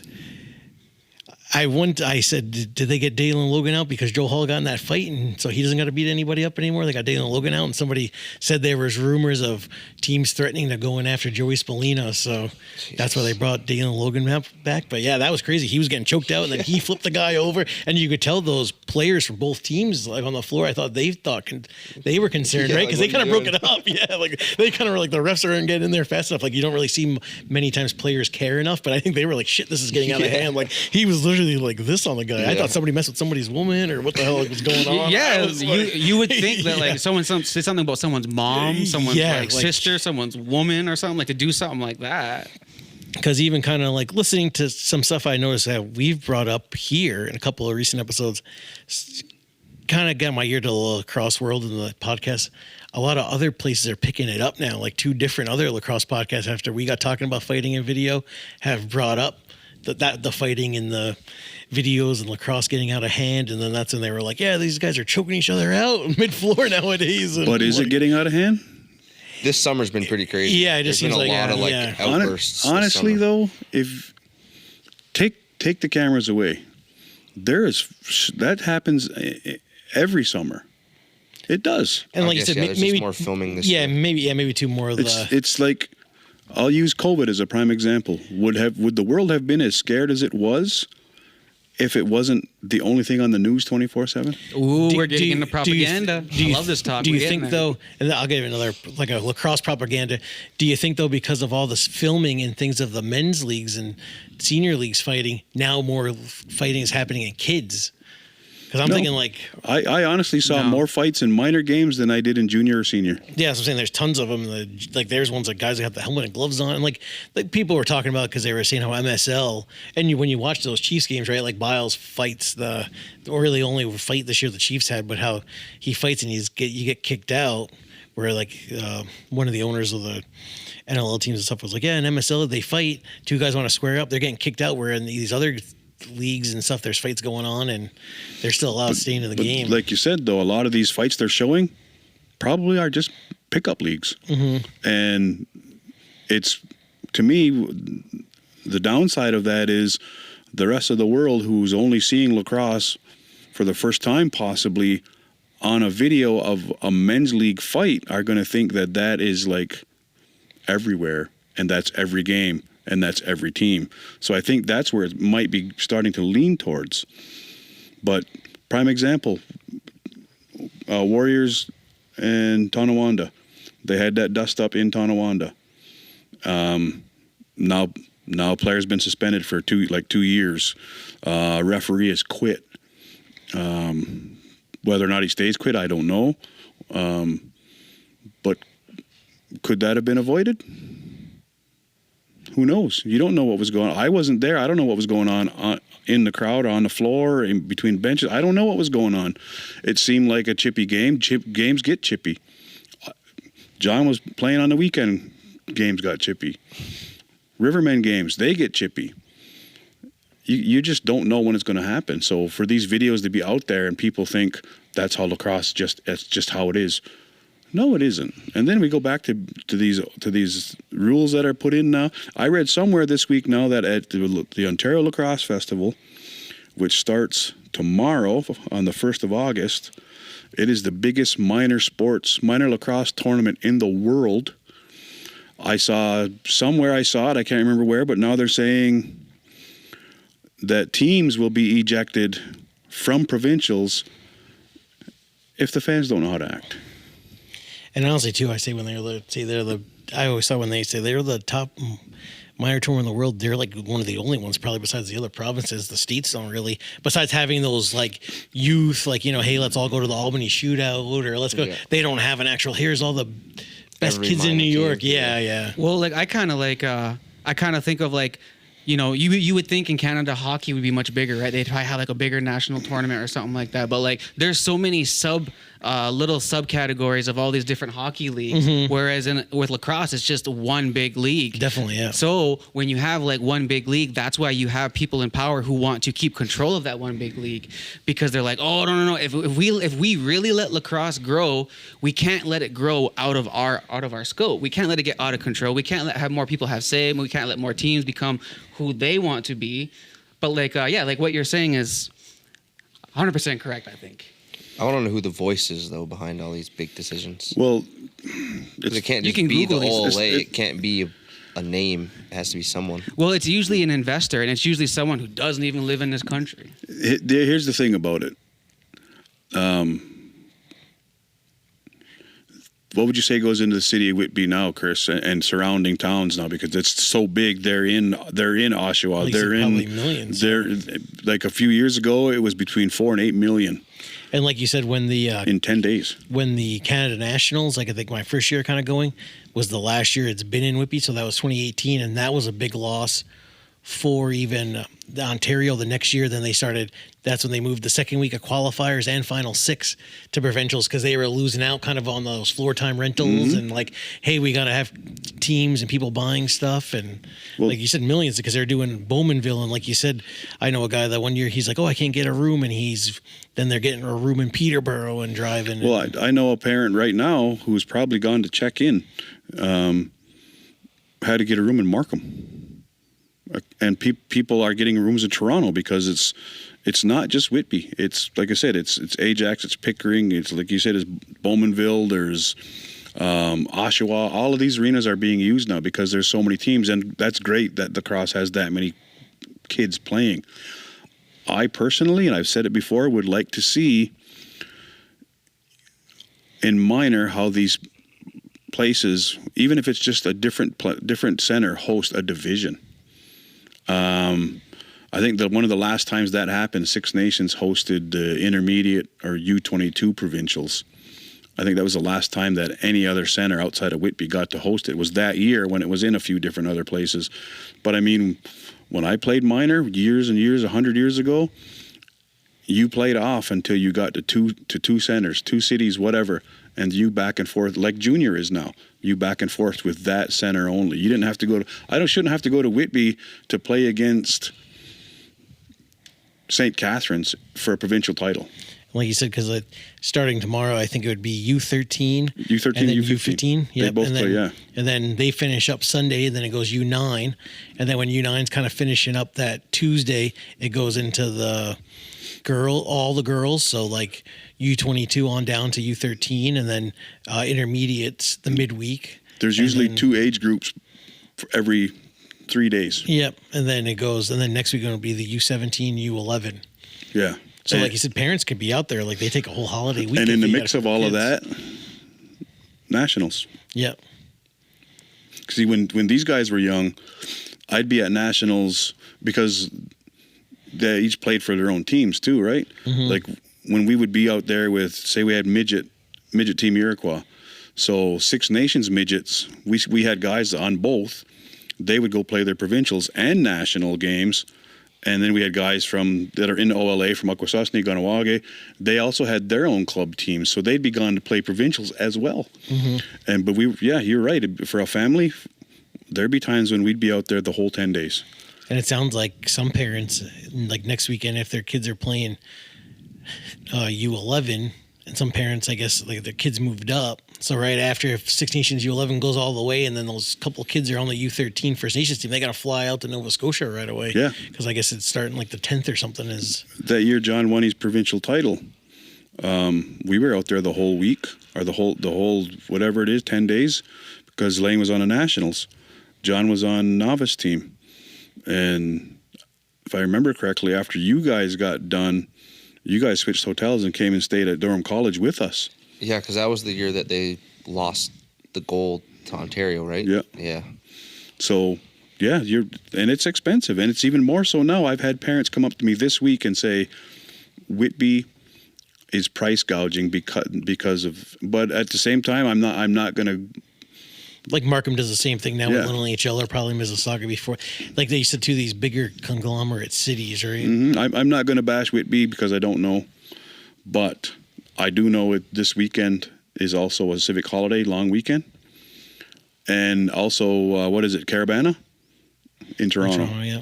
So prices have went up probably because of Caravana, probably because it's a holiday, and provincials start at this time too, but. People have said to me, I've tried to book a room and it's like double or triple the price it was when I looked at it 2 weeks ago. But you're right, they did do that in Markham at the Little NHL, and I don't know about Mississauga when they used to host it. When Owen played hockey, we were just driving back and forth. But I personally would like to see it go back to what are they, playoff, play downs, whatever they're called. It's like junior lacrosse now. You don't see who's in a Kahnawake and Orange or Elora. You don't see them. You didn't see all the top 10 junior teams get together in one spot and play. I would still like to see, like I said, I shouldn't have to go to Whitby to play against St. Catharines for a provincial title Who even whoever. does all the seating? I don't even know. Like, is it a committee more or less? Or because like I thought too, even for let's just say the U13-3, they 1D zones, so they're D, but then for provincials they drop down to E. And Where there's, I'm like, I think there's an F division too. yeah, like in, there's in some crazy- age groups. One kid, player I was talking to yesterday, he was like, I saw that Simcoe beat St. Catharines for the A zone, so I figured Six Nations must be in B, and that's what he said. I was like, "Are you guys in B for U22?" And he said, "Yeah," but he said they might have a shot at winning because there's only 5 other teams in that B. He said all the B teams are in A and C in U22, so he's like, "We actually may win the B." So I was like, "Oh, that'd be pretty good." Like he told me they play off for St. Catharines, Cambridge, and he was asking Kawartha Lakes, and I was telling him it was by Peterborough area. So Yeah, but back to Can-Am, I think they need a shot in the arm as far as getting those teams back. would we say too almost James Gang, not a look at NLL players. Obviously, you guys had Bowhunter, Blake McDonald, who used up 2 cards. Hamilton's used up all 3 of their cards. Brooklyn, just Deacon not. I can't remember. I don't think Owen Sounds really got any NLL guys. Where Can-Am, Sam Firth was the one player on Warriors. And then the other teams used up their 3 cards, right? Allegheny and Tonawanda. So it's kind of crazy. Even that Newtown, too. Yeah, Newtown, they used up all 3 of theirs. Yeah, so at I'm like like, the end of the season, yeah, so I too. was like, all the NLL guys are going to Can-Am. Obviously, that's where those owners are willing to pay, where Yeah. Brooklyn and Owen Sound and stuff aren't. And OLA is a little different too, I think, with Eden Walsh was technically Oakville, so affiliate drops him down to Senior B, and same with that Carson Moore, right? He's been playing both, but that's when this other guys got talking. Some other thing I was listening to about they couldn't believe how Andrew Kidd, guy goes, yeah, Andrew Kidd's Hamilton's goalie, and the gentleman watches more BC lacrosse goes, thought he plays for Owen Sound. And he's like, yeah, but his B rights here in Hamilton. He goes, what the hell? He's like, so this guy's playing both Senior B and Senior A in Ontario and gets to be in the playoffs for both. And like, he couldn't believe it. And I understand probably because out there, those guys you're on New West. You're not just, I'm going to go and play Senior B for Ladner, right? When those guys the last couple of years were Ladner, they were just Ladner.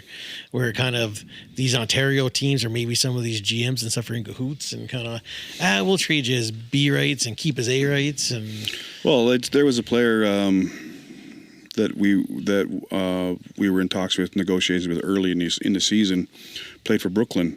They had both his A and his B rights, and we only wanted his B rights. Mm-hmm. And they wanted us to buy his A and B rights, and I'm like, no. yeah, I remember that. We don't want his A rights. Yeah, and even that's the Chiefs up to were like, we that's don't up to the want 'em. Chiefs. I only want his B rights, but they still wanted the same price, whether we wanted his B rights or both. I'm like, no. And like you said too, maybe They probably just wanted you to go over and ask the Chiefs for the money for the. Well, and this kid ended up in Allegheny. and like you said, even when you did ask the Chiefs, they were like, where's he fitting on our right side, right? And that's what we talked about, where native teams get kind of the gun to their head of, you guys must have money, so you better pay us. And it's like, maybe some of the teams or one of the teams have money, but not every one, right? Or they think, the Chiefs will just buy them, and then. Well, we've preached for years that the Rivermen don't have a wallet. We're a lunch pail team. If you want to play for us, you're playing for the love of the game. And kudos to Hamilton for filling their 3 NLL cards. I'm just still puzzled as to why they spent 2 on goalies. So 100%, yeah. One of their NLL cards is always on the bench. I think not playing. I think that's what I brought up on my last thing. I said they burned 2, so I was like, Andrew Kidd, one of their cards is just working the door tonight. We're talking to another guy from one of the teams in the 3 Nations League. He was like, I'd rather do 2 O guys and a D guy. He didn't even need a goalie. Mm-hmm. He was like, I'd rather the guys be out there all the time. Mm-hmm. Or I even noticed too where they were like, he said, right, it's all just a lot of things is the NLL prospects. You guys got a couple good NLL prospects. And well, and then like you said, that quite a few Can-Am teams, they use their NLL cards quick. It didn't work out for Newtown this year. I mean, I'm sure they're going to tinker with the roster in the off season, and they'll come back just as strong or stronger. I don't know what that looks like. Allegheny brought back most of their core guys. I think they only changed a couple of faces. Tonawanda is a grinder team. They are. You got to give it to Tonawanda. They're a grinder team. Their leading scorers aren't NLL guys. back to that too, I was like, Chase Frazier, Chris Cluche, you got guys like Layne Smith and Whitcombs and stuff. Who do you think scores the game winner versus Newtown? the random D guy from Buffalo that plays for Syracuse, right? That's only took one shot on net. And I kind of whole season. I think that was the one. I think when they came down and played the Warriors, I was asking one of their goalies, backup goalies, who's also from here. I said, "Who's the guy with the?" I couldn't really tell the orange gloves from here. I'm like, I don't know if they're.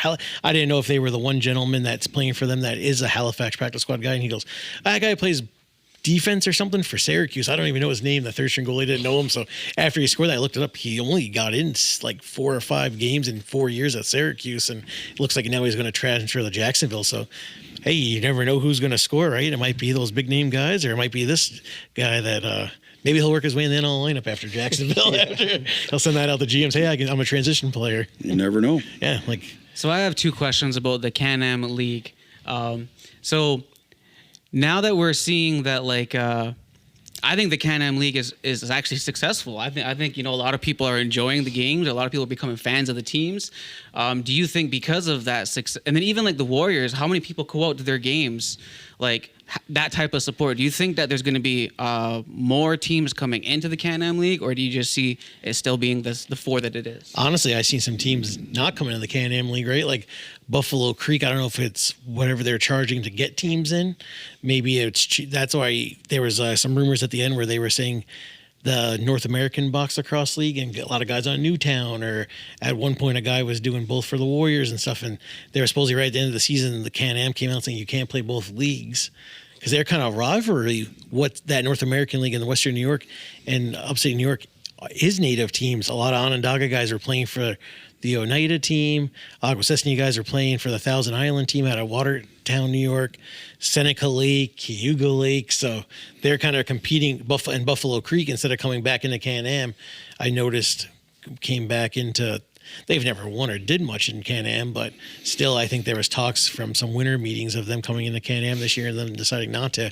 So I don't know what the difference in charging is per league. I don't know either, but it seems like that NABL League did pick up a lot of players that may or may not have forced a couple teams in Can-Am to fold. Mm-hmm. But I think what the league itself, from a let's get nostalgic here. Mm-hmm. Onondaga and Tuscarora need to get back in the Can-Am League. Definitely. Because they were 2 staple teams for years. They need to come back. Would I like to see more teams in that league? Of course, because I've been to a few Warriors games, and there is a good crowd at the Warriors games. But what that Can-Am League provides, and I saw it at the Warriors games, is not only good lacrosse, but it provides community. Like, people on both teams have families on both teams, and that's a lot of times where they get to visit when the teams play each other.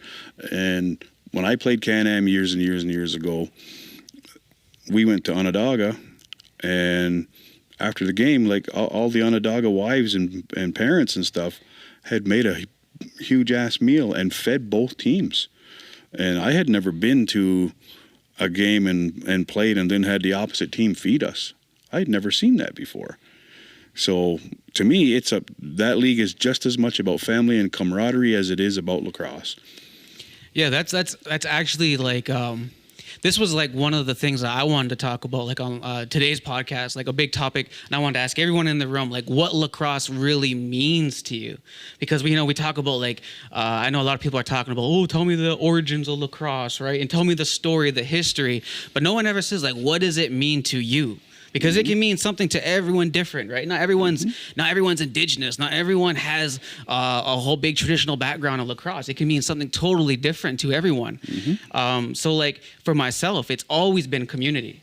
Like, when Danny asked, like, when Danny made the announcement and he's like, oh, I'm gonna bring back the Warriors, right? I want to have more of a hometown team. I was just like, oh, home. That's all I care about. I care about home. Why would I not stand by that hometown team? And I just want to help my team. I want to help my home grow. So when I go like help the Warriors, I'm just like, yeah, this is my home. Like, win or lose, I'm not moving anywhere. Like, I'm not going to any other reserve. I'm going. Hopefully, I'll die here on Six Nations, and hopefully, my family will live on, and all of those great things, right? So, for me, lacrosse is like community. It's your home. Like, that's my medicine when it comes to lacrosse. And I just, like, as we talk about the origins of lacrosse, that's my origins. It's a like community. It was a place where even to this day, I can go to the arena and I don't need to really talk to anyone. I can just have a head nod, and that just makes me feel like I'm at home. I belong there. It's like, oh yeah, you can go there. You can be like, you don't have to be like, hey, how's your day going? Or get too personal. Like, you can if you want, but for the most part, you're there to watch lacrosse. Everyone understands. Everyone's there just to be a part of the community, because for some people, their homes lives aren't a community at all. They might not have anyone at home. They might be literally going home to an empty house, kind of like how I was. So the arena is like their outlet.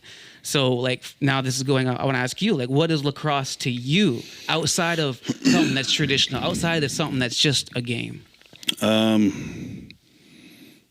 Lacrosse helped me get sober 25 years ago. So it did more for me personally than just, I got to drive the kids to the arena, I got to pick them up, I got to buy new equipment. I didn't look at it from a financial standpoint. I didn't look at it as how much time do I got to spend there. I looked at it as it helped me get sober. And giving back to the community is my way of giving back to the community that I had hurt for so many years when I was not in a good way, physically, emotionally, mentally, spiritually. I did a lot of damage in this community because of being addicted to alcohol and because of having anger issues. I did a lot of damage to this community. Lacrosse is helping me give back. My kids wanted to play, so that was an added bonus. Now when I go and I coach elsewhere, they say to me, or I say to them, what you need to do is understand that there's more to the game than how much those shoes are you're wearing, how much that stick is. Oh, you got the latest new helmet. That don't mean nothing. That don't mean nothing. I've seen it. Like we've joked that lacrosse in the U.S. is a rich kid's game. That's very much what it is, in my opinion, from what I've seen, what I've experienced. They don't know what it's like for this game to give back to you and heal you. So for me, lacrosse is exactly what it is. It's my medicine. I can type in grandfather's name and see what he's did for across the country. That gives me a sense of pride. So it gives me a sense of pride. It helps me heal. It helps me heal even to this day. And it does bring community. Because when I go to other communities, I get the same thing. Hey, I might not even know the person, but I took their time at least to wave. I'll wave back anytime. Yeah. And I'm glad that you shared that with us and brought that up, because most people I don't think anyone's asked this yet, but the reason that I started this podcast is because lacrosse helps me stay sober. Mm-hmm. Like in 2020, I had my son. His name is Pride. That's where Beyond Pride comes from. It's spelled Pryde for all the people out there who are going to be Googling and different things like that. Because this is what we're building here is going to be really great. Like this Beyond Pride and Project Pride and everything we're doing. But the reason that I started this podcast was sometimes, like let's say you're sober and you don't know who to talk to, right? You don't, like, let's say I go to Yogi's. Everyone's like drunk. I'm like, I don't want to dance. I don't know if I fit in. I don't know how to interact with these people anymore, because I used to go and party. I used to do all that stuff. It was fun. It was great. But now I'm awkward. I don't know how to. So it's like, I just want to talk. I just want to talk about like some of these real problems that like I've been hiding for the last like 15 years, 20 years of my life. Mm-hmm. And then like I kind of met you through Snipe. And I remember I told you, I was like, oh, like let's do a podcast. I didn't have a name for it, but I was like, I need time to prepare. Mm-hmm. And and I'm glad that you came on this journey with me, because it is, to me, it's this medicine of lacrosse. I feel that like helps a lot more people than like they really understand. Than a lot of people may get. They may think it's entertaining, but like behind closed doors, like this really is my medicine. This is the time that like I'm so happy just to come talk to my friends. Well, I don't want to be hypocritical, because people watching are going to say, I saw him out last week, or I saw him out 2 weeks ago. Do I drink? Occasionally, yes, I do now. But I've learned to control it. I've learned when to say no, when that's enough. I've learned all of that. This game has helped me. And I've been sober since 2021. So a lot of people ask me, why are you always limping around? I'm always limping around. It was because like basically I got sick in 2021. I have cirrhosis, liver failure. I had liver failure. I told you about it, Vale. I don't know. You probably don't know, but I had liver failure. So I was basically like bedridden for, a while. Like there was a time for like a year I was in and out of the hospital, and I was literally laying in a bed for months, and I had end up losing like 120, 130 pounds or something like that. And then because you're laying in bed, I lost all the muscle and all the weight in my legs. So when I stood up again, it was like, whoa, it was like chicken legs. So even still to this day, if you see me walking around the arena, if you see me taking my time, it's because I'm still healing. But I'm here with you guys. I'm here.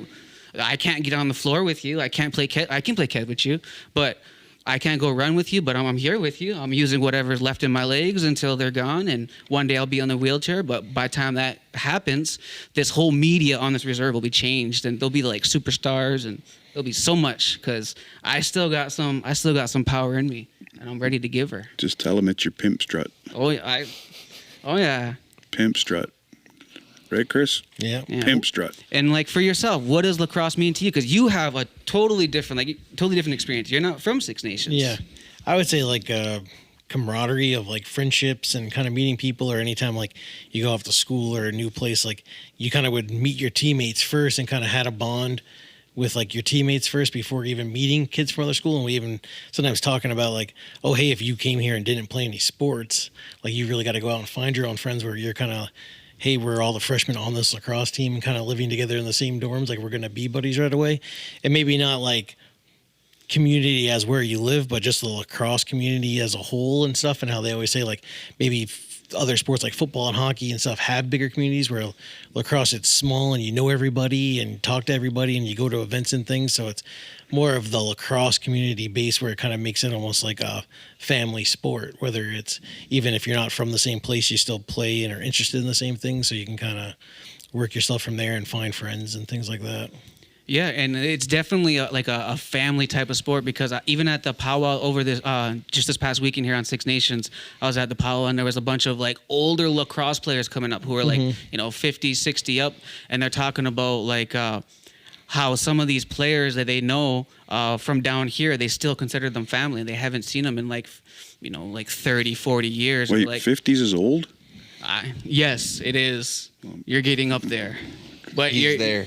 Oh, he's there. Well, at least you said it. I think so. Definitely like alumni teams, or even how you see like that 92 Ariels team. You see a lot of their stuff of them recently, right? Of them like guys that maybe don't live here, or even Chiefs guys, maybe they live in BC, and we see posts and stuff like that of them still kind of still liking being down here and stuff, or have that connection still to this day.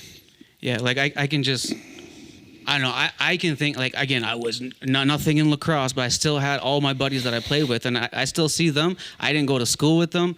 Like, I went to Isle Thomas, so I did go to school with a lot of people that I played lacrosse with. However, there were still, like, a whole bunch of them that, like, I didn't go to school with, and to this day, I'm still friends with them only because of lacrosse and because of those connections and the little things that we found out through lacrosse that we had in common. Mm-hmm. So, like, yeah, I don't feel that people talk about their connection to lacrosse enough. They just go right to the origin and talk about, like, oh, this is what it should be. But what about yourself? Like, what is it for you? Like, were you, like, it's one thing to be good at lacrosse and want to be the best, but what does it really mean to you? Like, what do you think, what would you want to be like? What's your, if you could be remembered at anything in lacrosse, what would it be? I always say lacrosse was my first love. So, like, it's the first thing that I really fell in love with and enjoyed to do. Probably the friendships I've made, because all my friends I grew up with they're the only people I speak to now. And, like, all the people I've met throughout my life, like, once you meet one guy and you, like, build a bond with him, you never forget them. That's really, like, the main part, is just meeting new people and learning new things from these people, and the older guys, the younger guys, helping the younger kids learn how to play. And it also clears my head a lot. I overthink a bunch. As soon as I step on the floor, it's just nothing, just the ball hitting off the wall. That's pretty much it. It keeps me calm and chill. It's almost like therapeutic. Pretty much, yeah. Yeah. So I don't need therapy. I just go play wall ball or hit corners. He just calls you out there. No, Owen needs therapy, not me. Why is Owen getting dragged through the dirt so much this pod? Because he's not baby, here. that's He's why. not here to defend himself. That's Oh, why. like. But let's get into that was a good moment there. But let's get into like Touching. oh no we have to get to Junior B. There's a lot going on right now in Junior B. Can we talk about Orangeville? Because I want to know what the hell's going on. Yeah, I- let's get into Junior B in Orangeville. I wore my Kahnawake colored hat. I should have worn my hunter's one. So right now, as today is Thursday, Elora and Kahnawake are playing, right? They're set to start tomorrow. However, what is going on with Orangeville? They've filed an appeal, right, Chris? Yep. So they filed appeal, and An appeal to what, though? Yeah.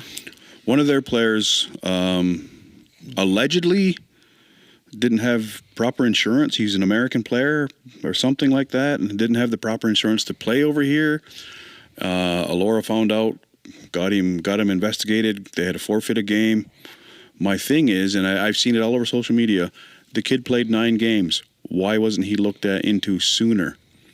To me, it sounds like a pretty good ploy by Elora to wait All the way. Yeah. and then get the games taken away. Because if they'd have did that right off the hop, like 9 games ago when this kid first played, they could have rectified it back then. yeah. Now they can't. So that's what the appeal is. I don't know what the appeal actually says, but Orangeville is appealing. But on the other side of that coin, there's rumor out there that has been whispered to my ears that Elora has traded 4 players during the regular season or whenever, but didn't register them properly on SportSoft, so they may have illegal players. And that's where it gets tough. Like, you're not going to replay these games, Yeah. right? Like, are these Kahnawakes coming to Elora, right, Saturday, Sunday, and, you know, Orangeville can win the appeal, but it's still not going to matter in the end, right? Yeah, It's they just win the them- appeal. They already started the final round. So what Yeah. they're going to do now. Unless a decision is made tonight or tomorrow morning, and then they make them reschedule the whole OLA final. Yeah, but then that just pushes it closer to Founders, and then All those OLA people are like, we care more about provincials right Yeah, they now. don't- they don't care about anything. How it generally works in all these divisions except minor is, okay, this series is out of 5. We'll give you 8 days to play it, or Yeah. 13 days to play it, or whatever. So if they got to bump it a little bit, as long as it's like gets done a week before Founders or whatever, they still have time. Yeah. I think whoever wins this appeal, it shows you who has more pull in lacrosse. And then we should start looking at who on that team has that pull, because they probably have something going on with the OLA. I feel like they're not going to do nothing with the appeal, to be honest. It would be the smartest thing on their behalf. And, like, I'm not their PR person, but I would just be like, oh, yeah, the game's over now. Got to play. Plus, Elora's the defending champs, so who's really going to say anything to them? Yeah. I would. I would like- too. I hate Elora. Because, like, if Orangeville's able to do something about this, that means that they got someone there who has, like, some real pull, who can make something happen. Maybe our buddy Rosie will go to bat. Oh, I Rosie. think just when it's GM in the junior A team. Imagine that. Rosie's just the man behind it. He was sitting right here the whole time. No, not him. He's a No. good guy. But it's tough. It is tough. I mean, I know we all got personal lives. We've discussed going to Elora to watch a couple of games. I got stuff going on Saturday. I don't think I'll be back in time Sunday to go. I would love to go. I don't think I'd want to drive to Quebec to watch them out there, but it would be nice. But I just want to go because I don't know if you guys have ever been to a game in Elora. No. Have you, Chris? You have, haven't you? I've been to Elora, but not to watch a game. I want you guys to go and see and have that whole fan experience so you guys know what I'm talking about. Ours is going to be different, though, because now they know who we are. So they're going to be like, hey, throw popcorn at that guy. Do it. Throw popcorn at me. Like I said, Elora's pretty good. I think they still have McDougal, who's a good player, and then they No, did no. have different goalies. Number 12 on Elora was really good. Yeah. Like, was that the guy you're talking about? I think but 12 was good, and I think 4 might be McDougal. He led Junior C in scoring. I think the year after you were done might have been 23, and he was still just young. And I think Orangeville had his junior A rights. Now Mimico does, and he's a really good player. And then this year, the goalie Wilson, they traded away. They let Sam Forbes go junior A, and then Jesse Morrison from last year went back to Orangeville, where he's from. So they're kind of doing good with a whole new goalie in net this year. Well, so. that's the thing. Elora has the talent. Why do they got to pull these tactics? Mm-hmm. Why? They got the talent to be there legitimately. Why do they got to pull tactics like cause a forfeit because of one player? I don't know. They set the statement because the game after they won 17-1. And what's it? This player just didn't register properly on the sports. Probably didn't have insurance. Apparently, the American player didn't have the proper insurance. I don't know. A lot of speculation. I don't know. All I know is they had a game taken away from them because of a player. So how do we see Elora and Kahnawake playing out? That should be, like you said, pretty good series. Like I said, I think they have some of the same players. Both teams have some of the same players as last year. And then I guess for Kahnawake, really would be winner of Rivera would be like kind of the newer player brought in for them. And then even some of those trades they made with Aqui, like the Howie Francis. And I'm trying to think if they had a couple of new guys too, right? Just kind of, but yeah, Owen Hill or Owen, who we interviewed, had the game winner versus Aqui in overtime. Yeah. Owen Rice, yeah. Yep. And seemed like a couple of their games are streamed, so I've caught here and there of them. Well, and again, I want you guys to go have the fan experience because yes, they know us. Yes, I don't know how they'll act, and I personally don't care. But if I'm able to go, I'm going to go because I want you guys to see exactly how it is. What a raucous crowd they have, because they have no qualms. Like I said, we got reports from in the Rebel series, people in the crowd chanting "White Power." That's crazy. Like, who even says that in 2025? Like, white power. Like, really? I wasn't there. I can't say, but this is what I'm told. But I personally, because of what I have experienced there, I don't doubt it. I don't know, man. White power, really? Elora's bad sometimes. Dude. In 2025? Go to even if you go to the game by yourself, wear a wig so nobody knows that you experience it. Oh, They're going to be wanting to take pictures with Dea. They're like, screw the white power. We want pictures with Screw Dea. the white power, is it? I want to go and chant. Brown power that They're day. playing Kahnawake Mohawks. I want to go and chant "Let's Go Mohawks" because they're the Elora Hawks now. But also, too, I thought Aqui, right? And that's the game we got to go to was Aqui Kahnawake, and then that ended up being the East Final where Aqui upsetted Nepean, who was the 1 seed. And then after that really good overtime game where Owen scored the game winner, they really seemed to take care of business versus Aqui in game 2 and 3 and swept the series. Mm-hmm. Yeah, it's gonna be. That's gonna be it's already exciting just because of the appeal. I feel like that gives a little bit of excitingness. Possibly double appeal. Now, what's going on with Orangeville in Junior A?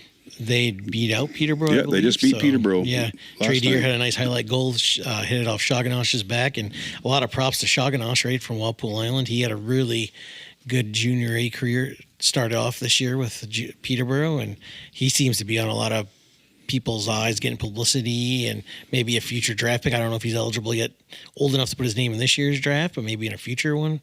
And maybe even down the road, a future Chiefs goalie if they ever draft him, right? So Maybe, yeah. Well, with that hat over there, I think you would be the first one to know. yeah, I could see them picking up. He was a member of the Wolves team in Dreamcatcher Shoganosh, so He's good too. yeah, He's good too. yeah, he was really good in Dreamcatcher when played for Wallaceburg Junior B last year, and then went over to Onondaga for Founders Cup, and he was a Team Ontario guy before that, and Peterborough drafted him, so kind of let him play home for a year and then go to the Founders with Onondaga. And then this year, I think he went out to school out there because it's such a far drive, right? Walpole Island, not Peterborough. So he ended up registering and playing high school field lacrosse out there for the second half of the season just to kind of be local to the team. So that's a big commitment, right? Mm-hmm. Just transferring high schools just so you can play for their junior A club and stay close. And So how do you feel that series is going to end then? Trey Deer just ended Yeah, it Trey last Deer- night. Trey Oh, Deer it already ended. ended. Yeah. I was okay. saying shout out to him though, because he was a big part of them sweeping the Arrows, Peterborough, and then he played a part in it going 6 games with Orangeville. So, and he's still only a second-year junior player. But Trey Deer, he did really good. I think was a game 1 he had 6 points, and he had a nice couple goals I think last night in game 6, and so he seemed to really take over that series. Trey Deer. And Beaches and Whitby going to Game 7 Yeah, so that's in the other Junior A playoff game. And then they're saying Victoria and Coquitlam is the BC series, and then I can't remember who they said it's like 2 Calgary teams for the Alberta, because they said that there's no Edmonton team, maybe they can get that series done quicker because there'll be less travel. Maybe they can play it a Sunday and a Tuesday rather than just keeping it weekends.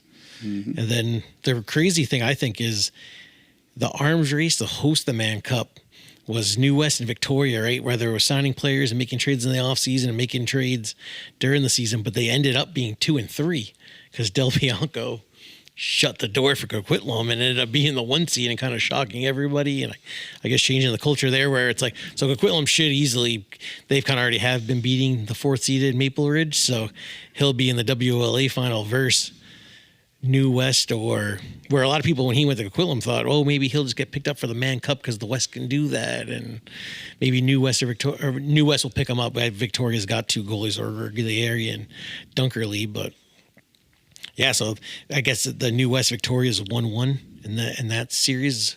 It was New West, I think, won last night, and Victoria was the Monday win. So yeah, if I ever try to keep up with that side of Canada, I have to go listen to what's the other pod?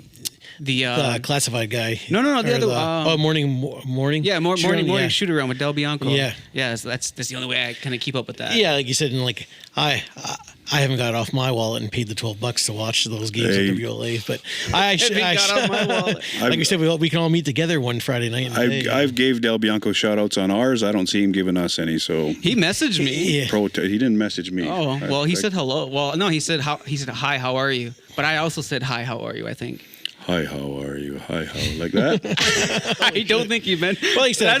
I don't think. No, I meant you. Did you reply like that? I should though. In your head. I actually did, but I should. That's funny. We just got the inside scoop on the Tino guy, right? Remember from our other buddy there? We were like, "Have you played versus Tino?" And he's like, "Oh, he's on the." They do it, I guess, in BC. Same thing, the Vancouver Island League. And what did he say the other Sr.C league was called? But I guess they kind of split it and then meet in the provincials. So he was telling us, we're like, "Oh, have you played versus that guy? Is he any good?" And he's like, "I won't see him till provincials because we're in the Vancouver Island and he's in the mainland league or something." Yeah, what would you do if you had to D up a guy who came at you with some goggles on and like a girls' field lacrosse stick? Yeah. What was that? They're saying that? They were like, telling me about that? He was like, they were talking about him having the goggles, and then they had a girl on their podcast. I guess it's like a pro player, and she played Team Canada, and they said she's like, "Oh, I actually like my field stick better. I'd rather use my field stick inbox." And that Tino guy says, "Maybe if it's easier to catch with, maybe I should try it." And they said, "Man, if you're getting tripped now for the goggles, you got a goggles and a girl's field stick, you'll really be hearing it." Yeah, that's your competition if you go out there. Yeah, play the I national was just championship laughing or and something. beat him to the net. John wears goggles in Owen real would be life. making though. fun of him for sure. Right? Do you actually got goggles? No. I was gonna say you're just making I'm the things only up one that over doesn't here. wear glasses But- out of my family. But kind of crazy though, Del Bianco really turned things around for Vancouver, and then kind of did the same because really Coquitlam, like you look at their roster and James Ray, he was a good player, and like he was an Arrows player, came over as a rental back in 2015 when they won a Minto, and he's played a little bit in the NL. Kind of one of the guys Jay thought was the 6th NLL guy last year for Lager, right? The 9th NLL Yeah, it might guy? have been the 10th. Who knows? They had tons of guys, and Bobby Kidd, and I think there's another D guy that's an NLL player. But really, besides Del Bianco, when you look at Coquitlam and New West, they got tons of firepower, and Coquitlam's really just doing it on the back end because Del Bianco is just making a lot of saves, and The guy needs a raise. yeah, like. What, they get paid in the WLA? I don't know. But I was thinking today too, and I was thinking in my head, I'm like, so like New West and the Victoria's kind of got to beat each other up in the semifinals and then go play Del Bianco as long as Maple Ridge doesn't upset Coquitlam in the finals. They'll battle it out, and the Chiefs, I think, will sweep Owen Sound, and then we'll see how the series goes versus Peterborough, but they're walking in. Peterborough's got to maybe a get through little Brooklyn fresher. first. Yeah, and like you said, Brooklyn's even kind of right there. They really impressed me last week. Higgins, and they had a shot to beat the Chiefs, right? Like they kind of let it slip away. They were up 4-0, and Higgins was doing everything he could to win that game in net. So Yeah. What about like since we're talking about like Minto Cups and like Chiefs, like who were some of your hometown players or from Six Nations that you looked up to? When I was growing up? Yeah, like growing up, like Definitely Layne, Zed Williams. I'd have to say probably Cody because he was like the biggest name. And when I was younger, Johnny Palace a lot because he was unreal when he was in junior and then going into the NLL and all that. That's really all I can think of, honestly. Randy's really good as well. Those are like the main, just really main like offensive shooters type of guys like that. And That's who I really looked up to. Who do you think nowadays these kids look up to? Like, when they're running down the hallways of the ILA, are they sitting there saying like, "Oh, Layne Smith," or are they sitting there? Are they going, "Oh, Thunder Hill"? Or like, whose name are they shouting as they're doing their tricks? Like nowadays, who are these kids looking up to? I'd have to say probably the younger guys coming up. Like a lot of kids probably Trey Deer and Joey Spallina because they're just unreal.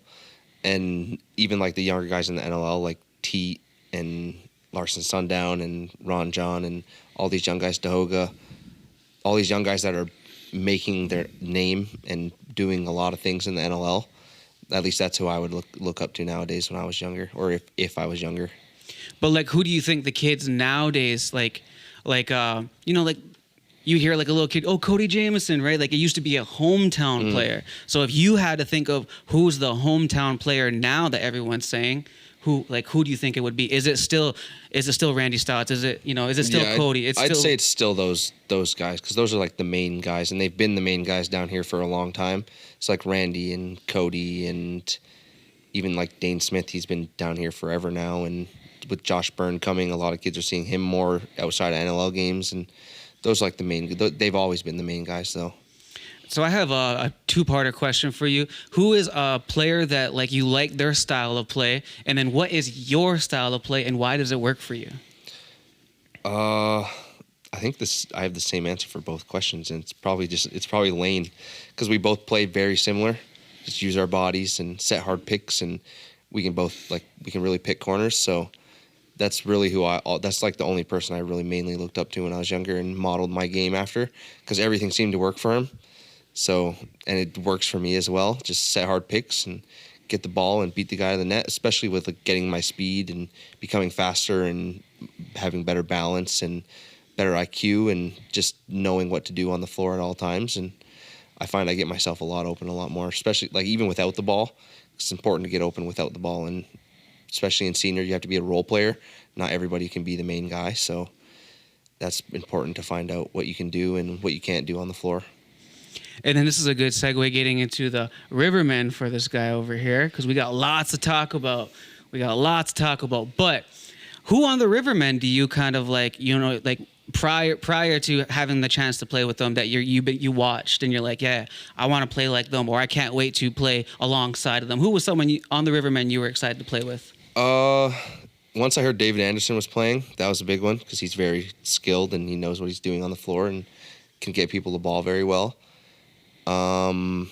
Other guys like Danton's always good to play with. He can get open. He gets other guys open. He can get you the ball, and Jordan Goddard and those type of guys. And then like even D guys like Rod's just a super, like he pushes everybody to be better and super motivational guy, and just people like that, and Tyson, and just being around all these guys who have won stuff and been doing it. And then even the coaches like Wayne and Timmy and Raj, it's nice to learn stuff from them and get their perspective and see what they see and stuff like that. Yeah, it's been nice. And then like, what about like, because sometimes you're going to get called up to play for the Rivermen. You might just be sitting there, right? You're not going to get to play that game. I think one of the games was the very first game against Hamilton, right? Like you sat there? I sat the last regular season game before the playoffs had started. Yeah, so like that game there, like you sat. So in times like that, like how do you? And then I believe that game, the Rivermen actually lost that game. Mm-hmm. So you're sitting back. I'm sure you felt that you could have been an asset on the floor. Mm-hmm. How do you like internalize that? How do you like not want to be like, oh, I should be out there? Like, what's going through your head in that moment? I know that it's all business and not to take anything personally. I know that because those guys have been out there. They've been there every single week. They've been going to practices and working out in the gym together. And I've only been making it here and there and stuff like that. So I understand not making it sometimes into the roster, but I do feel it does suck watching them lose and not playing, because I know that I can make an impact in any game that I play. So it's just sit there and wait for your opportunity. And when they don't sit me, it kind of fuels the fire and makes me want to show them why they shouldn't have sat me or why they should have played me this time and done this or done that, and gives me more motivation really when they sit me. Okay. So like just on, I believe it was on Tuesday morning, I had the privilege of having breakfast with Cap there, and he told me some of his thoughts on some of the games, and he was saying that, I don't know if this is true, do you guys not all share the same dressing room? Like the Rivermen, do you guys have two separate dressing rooms? Is that a thing? When we go to like away games, yeah, you'll be, because the dressing rooms are so damn small at some of these arenas, they have to put us in two dressing rooms. But majority of the time it's split, and then we're on the floor together. So like, I guess we're not in the same room together the entire time and like in between, but we all go into the same dressing room before and after every quarter or period and talk, and then we go out and go sit in our dressing room and whatever, hydrate or chill before the next period. But yeah, it's kind of a struggle not being in the same room. But when we're at home, we're all in the same room and all together. Yeah, because that was one of the concerns that was brought up, was this, like, how are these players communicating? How are they getting to know each other? You're having people coming in and out of the dressing room. You're having stealth players coming up. You're having all these other different players coming up. But, like, we're not even in the same dressing room. And then, like, so how is there communication amongst an entire team? And then, like, when you see it kind of, like, play out on the floor, and then, like, Cap was the one who brought it up. So that's why, like, I don't know if you guys had two dressing rooms, but like you just said, so that, like, what do you think going forward would be like the best solution? Like, obviously everyone can't fit in a tiny dressing room, but like, where's the best place to have that huddle, have that meet up and be like, hey, let's get our ish together. Like, we're going into the third. We're like, there's no reason against Hamilton that we should be, I think he was saying you should play every game like you're down by 3. So like, there should be, like, there was no push to win. So like, where do you think that push should be? Like, where is the huddle? Where does it need to take place? What needs to happen? I feel like we do good with getting together, like going together as a team and all the coaches talking in between periods. But I feel like a lot of people, they need to get into the game before the game actually starts. Like, a lot of guys are like shooting shit here and this and that. They need to get into the zone. Like, honestly, I don't even want people to talk to me before a game because I'm just so pumped. I'm so ready to go. But I feel like a lot of people, they are not really focusing on the game until it's game time. And then they're like, oh shit, it's time to play a game. So yeah, I remember I was taught when I was like playing lacrosse, like half the game's played in your head. Like you're envisioning what's going to happen on the floor before you even get there. So even though you're not on the floor, you need to be in the game in your head so that it can play out exactly the same way that you imagined it. Like you're visually inside your head. You're sitting there in silence, thinking about like how you're going to make that pass, how you're going to communicate, how you're going to, how you're going to play like you're down by 3, even though that you might be up by 3. You're already envisioning that. So yeah, that was just like one of the things that was brought up at breakfast there. So to start that conversation, I wanted to ask you first, and then I'll go to someone who's on the bench. What can be adjusted, or do you feel there needs to be any adjustments at all? Adjustments have been made. Okay. The Rivermen, they run a pretty tight ship there. Everyone's pretty close and on their shit. Everyone's at practice and everyone's at games. They're there when they're supposed to be. They know what they're doing. And they've been doing it it's been like that since they started the team. It's always been a family and tight bond and do this and just win and be the best you possibly can be. The thing about it is, as far as the dressing rooms being split, when we're on the road, every place we play when we're on the road doesn't have dressing rooms the size, physically doesn't have the dressing rooms the size that we have at the ILA. Even when we played at the Six Nations Sports Memorial Cultural Center, we had 2 rooms, but there's literally a big garage door in between them, so it's essentially it opened up into one. Playing against Hamilton in this opening round, they're up on us 2-0. There's a lot goes on behind the scenes for every team. I don't know what kind of dressing room Hamilton has. I'm going to assume they have a pretty decent one because they're the home team. They stick us literally in 2 rooms that are smaller than this set right here.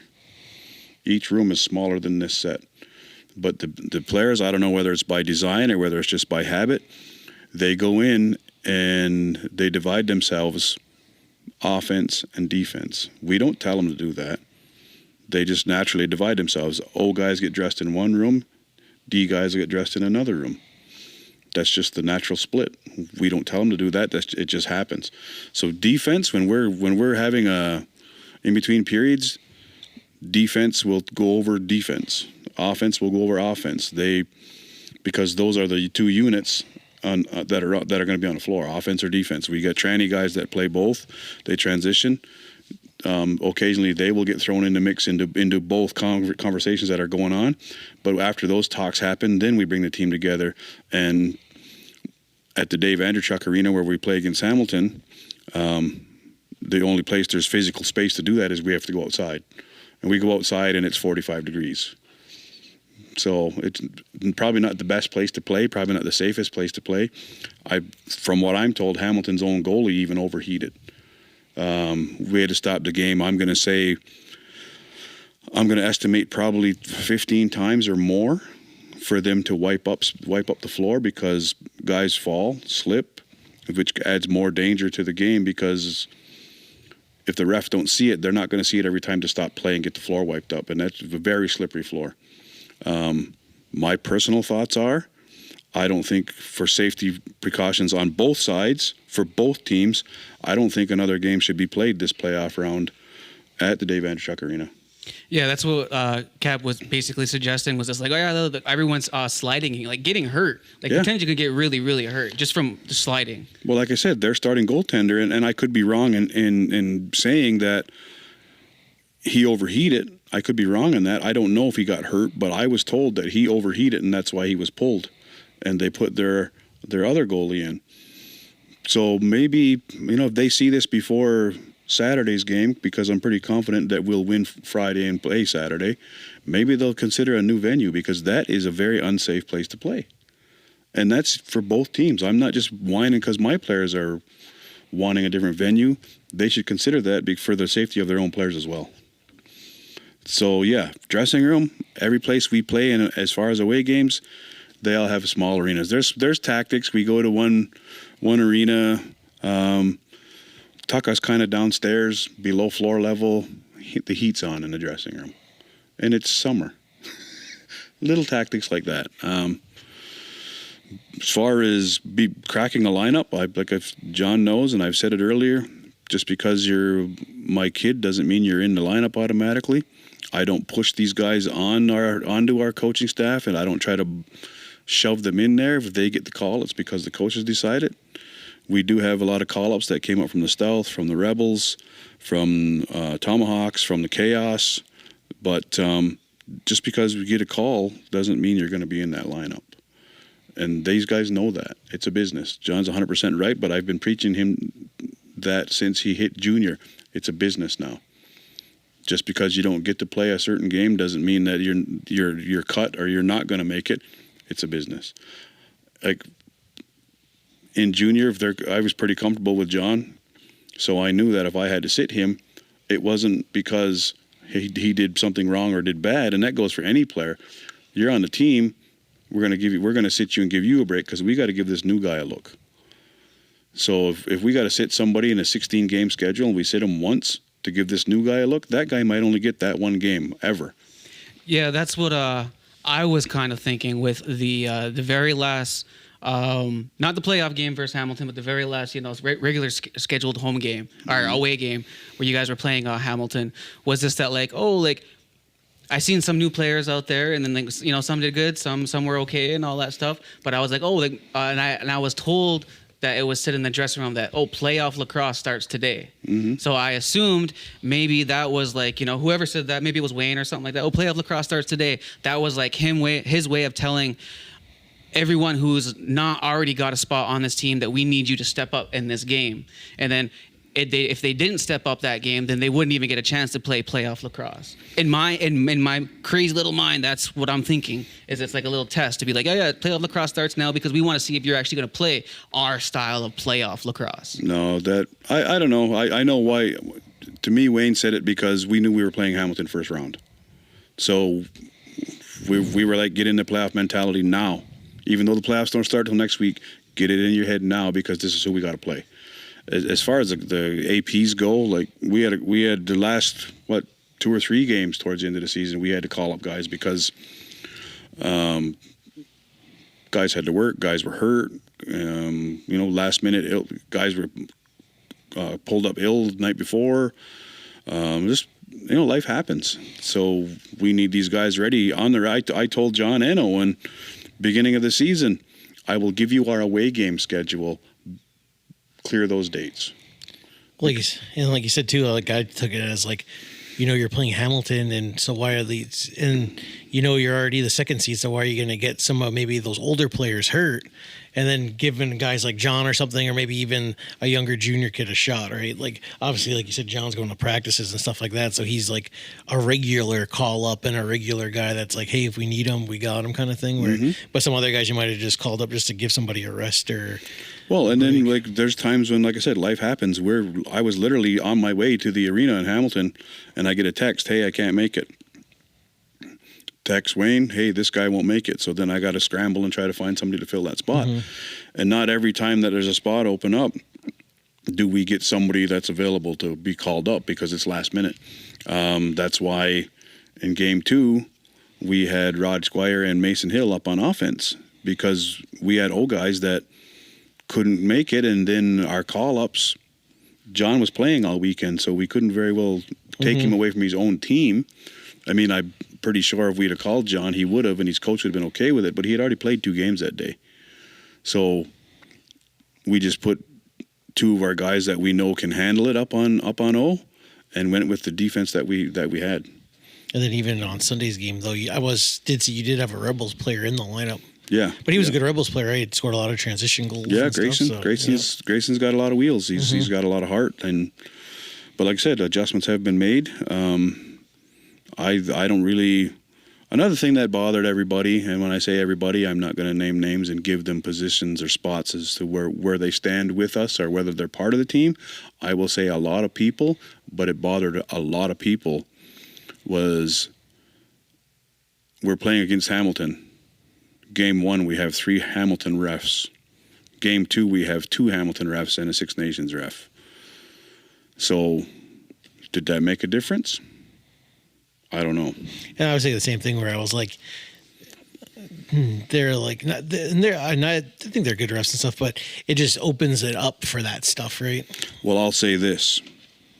There was an individual who came to game 1 and 2 of our playoff series, and he said in game 1 he had only watched the first 5 minutes of the game, and he said that one ref hates you guys. And this is a nonpartisan guy. He's from Brantford. He grew up in Owen Sound. He played lacrosse with Keith Peer. He's the one bought the helmet off me, bought Scandidate Martin's helmet off me. I don't know the guy, never met him until then. So for somebody from outside of both communities to go there and see that within the first 5 minutes, I mean, I got to stay generic, and I just said, well, yeah, but that was his observation. What does that tell people who are deeply involved in the lacrosse world and who have spoke up and have said that very same stuff to me? And I'll admit, I went up to the refs at the end of game 1, and I told them, when 2 teams are trying to get to a national championship, your hometown colors probably shouldn't show so much. I said that. I said that right to them.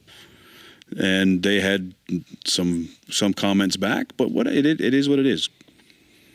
I do know that for safety precautions, I think we need a new venue. That's the only thing I can really say about this series right now. Okay, well, let's talk about like what we can expect tomorrow night. It is Thursday right now. We're filming Thursday, so tomorrow night you have game 3 where you have to win. Yeah, we had practice last night. Jon can probably attest to more what was said on the floor, because they pulled all the guys in, literally sat them down around the center floor at the ILA and had a talk with them. Timmy talked, Roger talked, Wayne talked. It's just, we got to get the guys, like Jon said, get your head in the game before the game. So we got to get them to do that. I don't know what was said because I wasn't over there. I was talking with Cap. I was talking with a little bit with our other GM, Jeff. Conversing with the equipment guys. So I don't really know what was said, and I didn't want to go over there and interrupt either. So that was coach and players' business, so I left it at that. Jon can probably elaborate more than I can on that, but adjustments are being made, have been made, and I think Hamilton is probably going to see a different team than they saw in the first two games. So if you can give us any insight of what we can expect tomorrow night, what would it be? It's just mainly just grit, and you just have to want it more than the other team, especially when you're down 2-0. So they're probably just gonna be a bit more intense, a bit more just on the gas, and got to push and push and push and battle. It's gonna be a long weekend, so you got to just play as hard as you can and bring back the win. Yeah. Again, I'm not the guy to give anyone advice about lacrosse, but what I've noticed about like all of our teams is sometimes we get carried away with talking back to the ref, and it ends up just costing us more penalties. And then like we're very capable of beating all these teams, but we can't beat them if we're sitting in we're taking all these penalties and sitting in the box. Well, another thing that it's been Hamilton from I'm going to say mid-season. We're fortunate enough that we get some of our games broadcasted. Senior B, OLA, Senior B had told us that every team had to film every game. If anybody from the OLA is watching, I think that what they should realize is not every team has a budget for that. So having said that, some of our games we've been fortunate enough to have broadcast. But... and I don't care if Hamilton people get mad at me because they know what happened. They use our own streaming, our own video footage, and we end up with penalties where there was with suspensions where there's been no penalties called. I get it. It's a way for them to get an advantage, but I think it's let the men play, let the men be men out there, let them battle it out, kind of thing. We have kind of zipped the lips in the last couple of games, so we haven't gotten as many calls for lipping off. But again, we've also got suspensions where no penalties even been called. Now, having said that, we're still waiting for the link so we can watch and go over game footage of Game 2 that was played in Hamilton. We still have not got that. We still have not been able to watch that game. And why is that? It's playoffs. Why hasn't the game been at least recorded? Yeah, I don't know. You got to ask the OLA. We have. Yeah. I won't say any names. Say it. No, I'm just kidding. I won't say any names, but we've asked the OLA. Alrighty. Well, we've had quite a long podcast today. Chiefs, do you have any updates on the Chiefs? So they're going in tonight versus Owen Sound, and one bright note for Owen Sound was Jackson Whipster ended up being MVP of the league.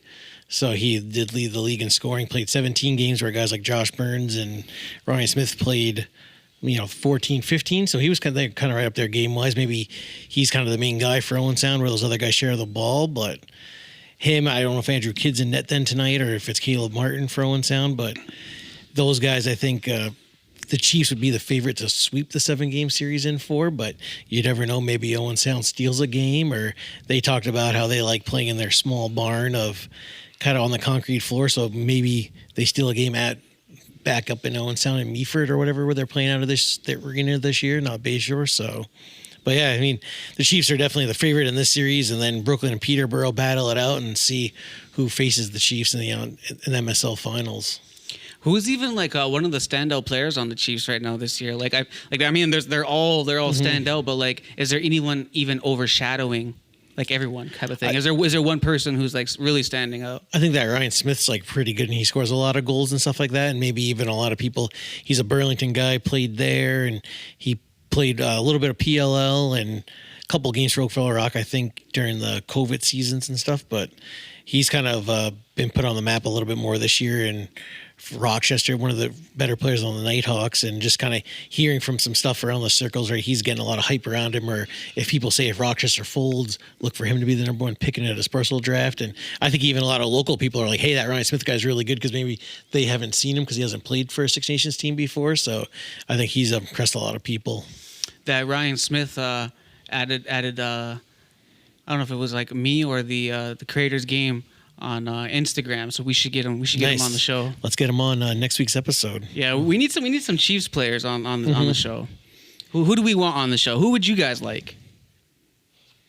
So anyone. Just get one of the Bandits. Yeah, Okay. Layne Smith and Josh. both of them. Yeah, get Dane Smith and Josh Bird. Okay. Right? Yeah. Because they have a podcast too, Yeah, don't they? yeah. So That would be good. The invitation is out there. I will DM you after this. Hopefully you'll that respond. sounded like a threat. It's I don't promise. know. Was it? I didn't feel like I was threatening. I feel like I was pretty nice. The DM. I don't know. Yeah, like I said, we'll set something up, pre-book, and kind of see what dates these guys are available and get them on.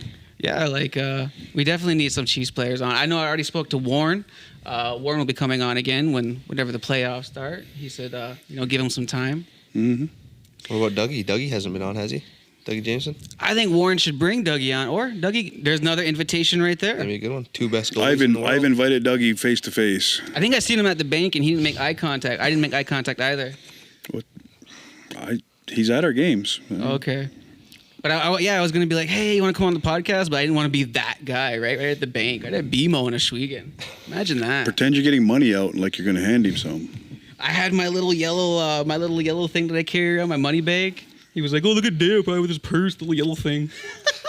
But Dougie, come on the show. You're more than welcome to. It'll be a good time. Anybody got any last minute? I do. Okay. Sr.C. There is an ownership change. Ooh, okay. St. Catharines Schooners Yeah. have been sold. They're now going to be called the Woodland Wanderers. So you've been giving us hints all I have. since the beginning, episode 1. I have, but yes, new pending league approval. St. Catharines Schooners are now becoming the Woodland Wanderers Lacrosse Club, owned locally. Will you be playing for that team? I have told myself I'm not playing Senior C anymore after this year, but if worse comes to worse, then I think I will end up leaving the Chaos and going to play because Owen will probably go there. And if you want to say who's going to own them, Brody owns them. Brody Thomas. I asked son, Owen. Brody. I asked Owen if he was playing for the team. He said, "Hell no." Owen says he's going to go. Owen, okay. Owen don't want to play against Brody. Oh well. So I'll probably end up following him if I don't play anywhere else. The other thing, shout out, Rivermen, Thunder Hill, Senior B League MVP. Thunder. Ty Logan, Defensive Player of the Year. Was Jake Kranz last year? Yep, Jake Kranz was last year. Roddy Squire, most dedicated player in the league. He's been on Rivermen for a while. And the Six Nations Rivermen are coaching staff of the year. There we go. Sweeping the awards. Yeah. Well, I mean, and I think that's pretty cool because there's been bench staff on one of our opposing teams that told us that put it out there that the Rivermen don't have a very good coaching staff, but yet here we are winning staff of the year. Well, who's that? Swept the awards to reverse sweep of Hamilton, right? There we go. Here we go. Well, I think it's been about 8 years since they had a pull reverse sweep, so it can be done. And we just like I had said earlier, I won't be at Saturday's game because I have a show I have to go to, but I'm confident that there will be a Saturday's game, which means we are winning tomorrow night, and I will be at Monday's game 5. Okay. Well, I did have a bunch of announcements, but we are going a little bit over time.